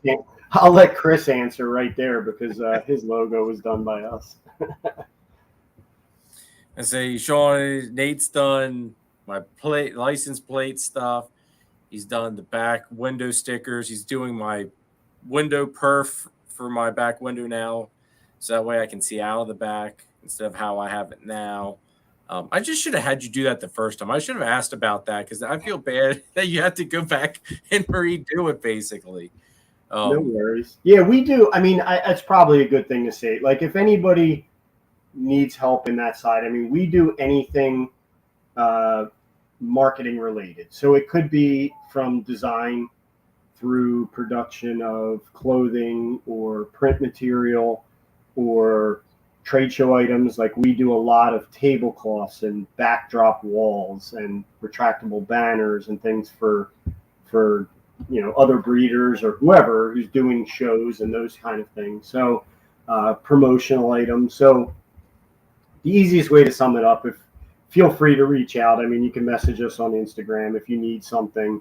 I'll be more than glad to help anybody out. And Sean, when you're at the barbecue here at my place, Nathan's going to be here. So, and plus another thing, Sean, Nathan's also going to be doing my next run of shirts. So, because I think if I remember correctly, I think Sean's on my list to get a shirt, if I remember correctly. So, Sean, you'll be getting one of Nathan's shirts. And my last question.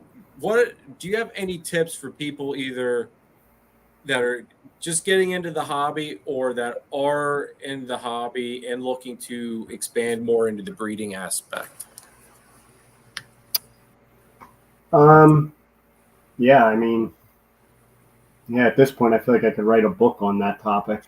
It's been, because it's so fresh in my mind and because we're building this, yes, I had a lot of guidance and mentoring from other people. Also, my experience in business in general and in animal pet business has definitely helped.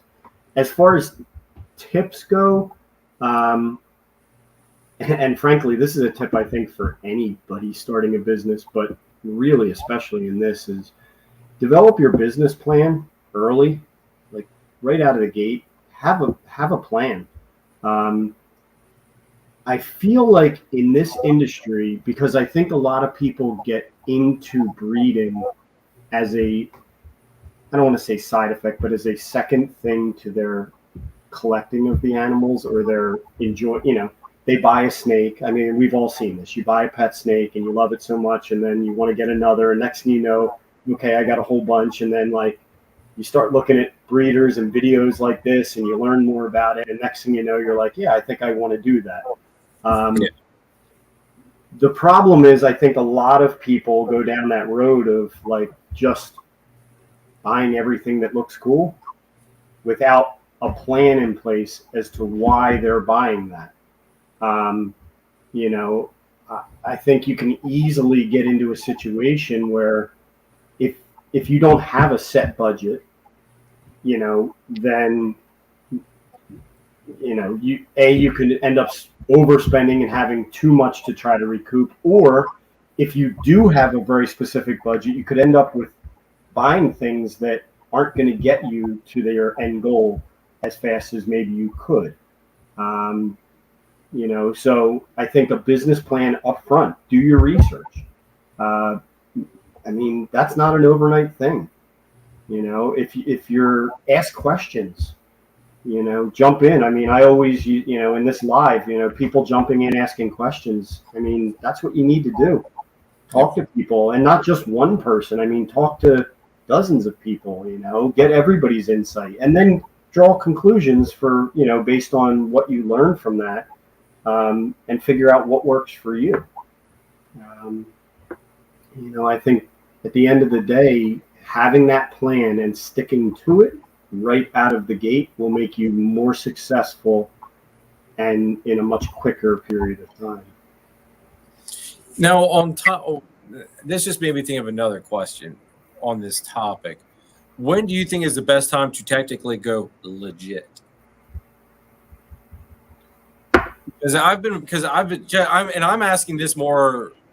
I guess maybe I'm being selfish on this one. I'm asking as far as my personal question as well on that, because I've been throwing that around. Is it because I was talking to Danny about this too, and he had told me, goes, just go legit, and I'm there thinking, it's like, okay, I'd like to, but at the same token, you know, am I really going to make enough money to justify what I'm going to be spending to get my taxes done? You know, because it's going to add a whole nother level to my taxes. And I know my tax guy had told me, I think he might be wrong, but I think he said it was going to basically cost me like a grand just to get my taxes done under an LLC. So my perspective on this is probably a little bit different, because I enjoy business. Business has been something that I've probably started and owned more than people have had jobs. I have a passion for business. It doesn't matter what. And I've owned businesses and run businesses across an enormous spectrum of things. So I have an enjoyment for that. So I think for a lot of people, you do hear the excuse very often that they don't want to go to legit because, you know, they're going to have to pay taxes, and that's going to, you know, make it less profitable. And okay, I get that. I understand that perspective. But I think for a lot of people, it's the fact that they don't know business. They don't know what's involved. They don't know what's involved in getting taxes done, and what's that going to cost, and all of these pieces. I think sometimes makes it a little scary, and it's just easier to just kind of kick the ball down the road and not just go legit and do it the right way. So for me, day one, like day one, that's when it went legit. It's an LLC. You know, my other businesses are S corporations. Like day one, that for me, that makes sense. Now, listen, as far as cost of getting things like taxes and whatnot, there's a lot of varying ranges when it comes to that. And a lot of that depends on how easy are you going to make it on the accountant to take care of that tax paperwork. So for me, not a big deal. I run QuickBooks for each of my companies. Everything is, I'm a little obsessive about it. I mean, I reconcile my stuff on a daily basis. So for me, it's a matter of printing off a couple reports, emailing it over to my accountant. He takes care of the forms. I don't pay nearly $1,000 to do that because it's very easy.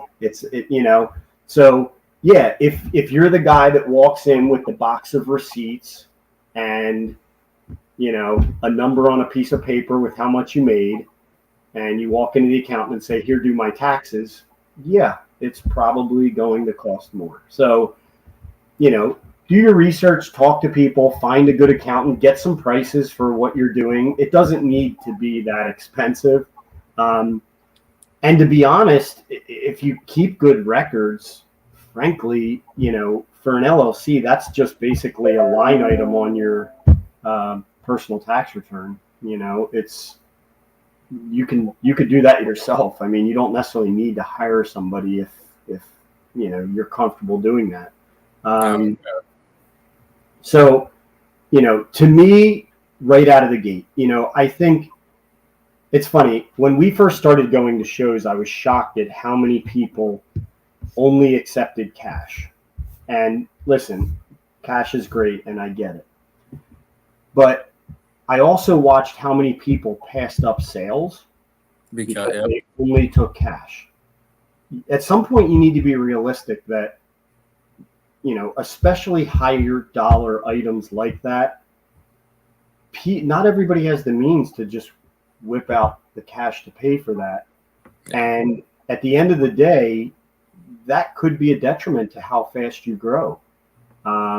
So for me, a lot of people are like, oh, well, I put, I have to pay 3% for the credit card charge. Well, honestly, man, if the 3% is what's ruining your business or making you not make money, there's a bigger problem. Yeah, there's something else going on.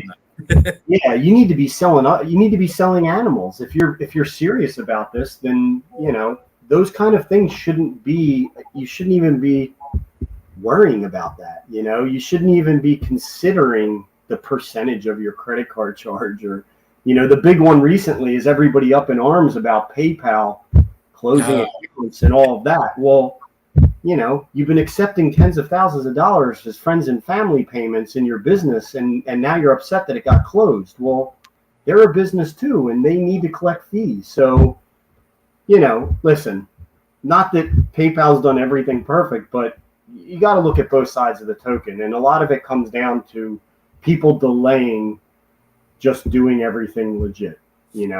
It's not as bad and as scary as a lot of people make it out to be.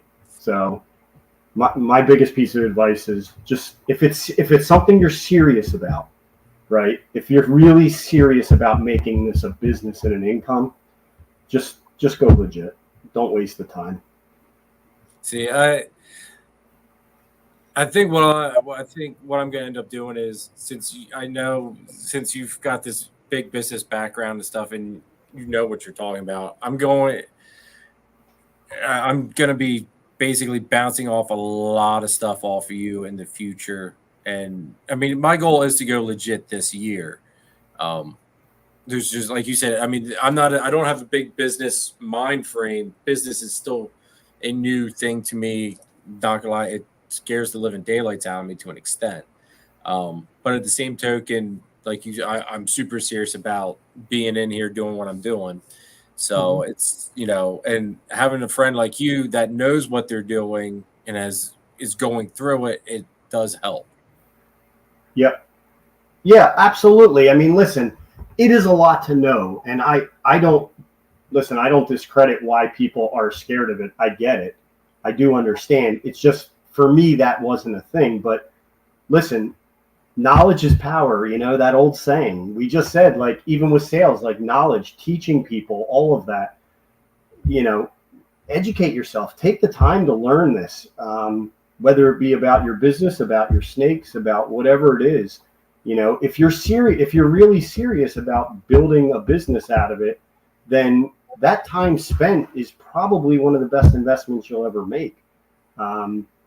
Don't waste time with that. You know what I mean? Like, and ask questions, obviously, if there's something I can help with, I'm more than glad to help. And I think most of the people that I know and most of my friends will agree that, I'm I'm always available for that kind of stuff. I'm more than happy to help whatever guidance I can. I'm not the end all be all. I mean, there's plenty of things I may not know, and I'll just be very open about that and say, listen, but I will definitely lead you in the right direction and tell you where you go to get those answers. But for the most part, what most people are doing, it's pretty straightforward. It's nothing to be scared about. Spend a little bit of time, ask questions, and I think you'll be much happier at the end of the day. With someone like you to help me out, I'm sure I'll be able to. It'll ease my mind. Put it that way. It'll give me that sense of security that, hey, I got a question. I'm going to call up Nathan and get my answer to my question, or get the guidance at least that I need. Yep. And I'm just kind of reading through the comments here, and a bunch of people chiming in. I mean, they're correct. I mean, a lot of the things we're talking about that cost money are business expenses. So, I think one thing people maybe don't realize or don't understand is that for everything that's sold, every bit of profit you're going to make, that can be offset by expenses. That's how it should be. And so you're correct. The comment was your PayPal fees are a business expense. That counts as a tax write-off. So you're exactly right. Everything you do in your business that costs money is an expense of some sort, and that directly goes against it. I mean, producing your rats, buying your feed, buying your bedding, all of that. Write off buying new snakes as well. I mean, isn't that technically a write-off as well? Buying new snakes? Yeah. Well, yeah, I mean, we could get into some really complex stuff. I mean, there's different ways to treat your breeder snakes. In my business, I've set it up there. They are inventory for me. So they get handled a little different when breeders get bought and sold into the business. If you're buying a snake that's strictly for resale, that would come in as like a cost of goods to be sold back out, as opposed to being, an inventory type item. But there's a lot of different ways. I mean, listen, if your collection is now your personal collection, you really don't have to do anything with it if you don't want. It can remain your personal collection, and what you're selling is the offspring from these babies. Good and bad points to both, I guess you could say. You can get into some really complex stuff as far as how you want to structure it, and that's going to depend on the individual and how they want to do it. Gotcha. Sounds like we could almost do another live stream here and just talk business, like the business aspect of it. Absolutely. Listen, man, there's so many different ways with any business. There's so many different ways to handle stuff, and you could definitely do a video just on that stuff for sure. Maybe we'll have to do that. Well, we'll have to do something on that. If I think everybody would kind of enjoy that as well. So we're past the 3-hour mark. I've kept you up late, Nathan. I apologize. No, you're fine, man. I'm not one to go to bed early, so it's really not a big deal. Oh, okay. See, I'm the same one. Normally, I would have probably really cut it off at like 11 if I had to work tomorrow, but I'm off tomorrow, so it's. Plus, honestly, you have more people in the chat now than we did earlier, so I guess everybody else is up late now. Yeah, I think we were at one, like right now we've got 19 people watching. At one point, we were up in the 30s. Oh, okay. So some did fall asleep on us. So someone fell asleep. Who knows where Danny's at? He's in a ditch somewhere. Sleeping it off. So that's going to be it for this show, everybody. For everyone that's still here, though, don't forget, go to this comment section of this video for a chance to win one of these front license plates and some stickers for our 700 sub giveaway. Next week's live, I will be doing the spin to win thing, and just by commenting, liking, and making sure that you're a sub to the channel, it ensures you a chance to win that plate and some stickers. Who doesn't love free stuff? Especially, all you have to do is hit that sub button, and just support the channel. I mean, it's kind of no brainer. So, Nathan, just stay on here for a second after I end this. Thank you, everybody, for all the love and support. I greatly appreciate it. I love doing these lives. Next week, we have, let me get my list here. I know we have Chris from B&S Reptilia next week.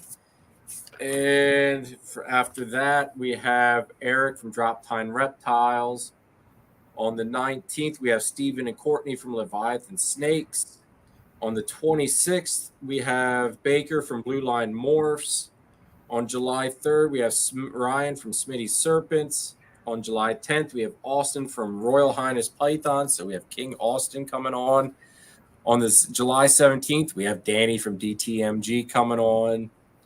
On July 24th, we have Brian Cusco coming on. And July 31st, we have Sal from Gomez Pythons joining us. So we've got a heck of a lineup of people coming up here in the future. Nathan, thank you again for coming on tonight. I greatly appreciate it. I look forward to having you come back on again, and we'll maybe do some more business talk, because it really intrigues me. It helps me out a lot to get that side of the hobby going as well. Absolutely. Yeah, we'll definitely do more stuff for sure. Yeah, and then I'm definitely down to do the facility tour, do some videos that way, go check out Chris's stuff while we're there, walk into Danny's garage and just, start filming for no, absolutely. Announce. Yep. We're doing it, man. Put it on the calendar. All right, everybody. Awesome. Wednesday, I've got a new video coming out. You guys get to see my new pickup that I got, which technically everybody knows about it anyway, but you'll get to see it on screen.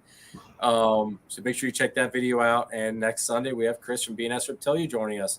So until next time, everybody, later.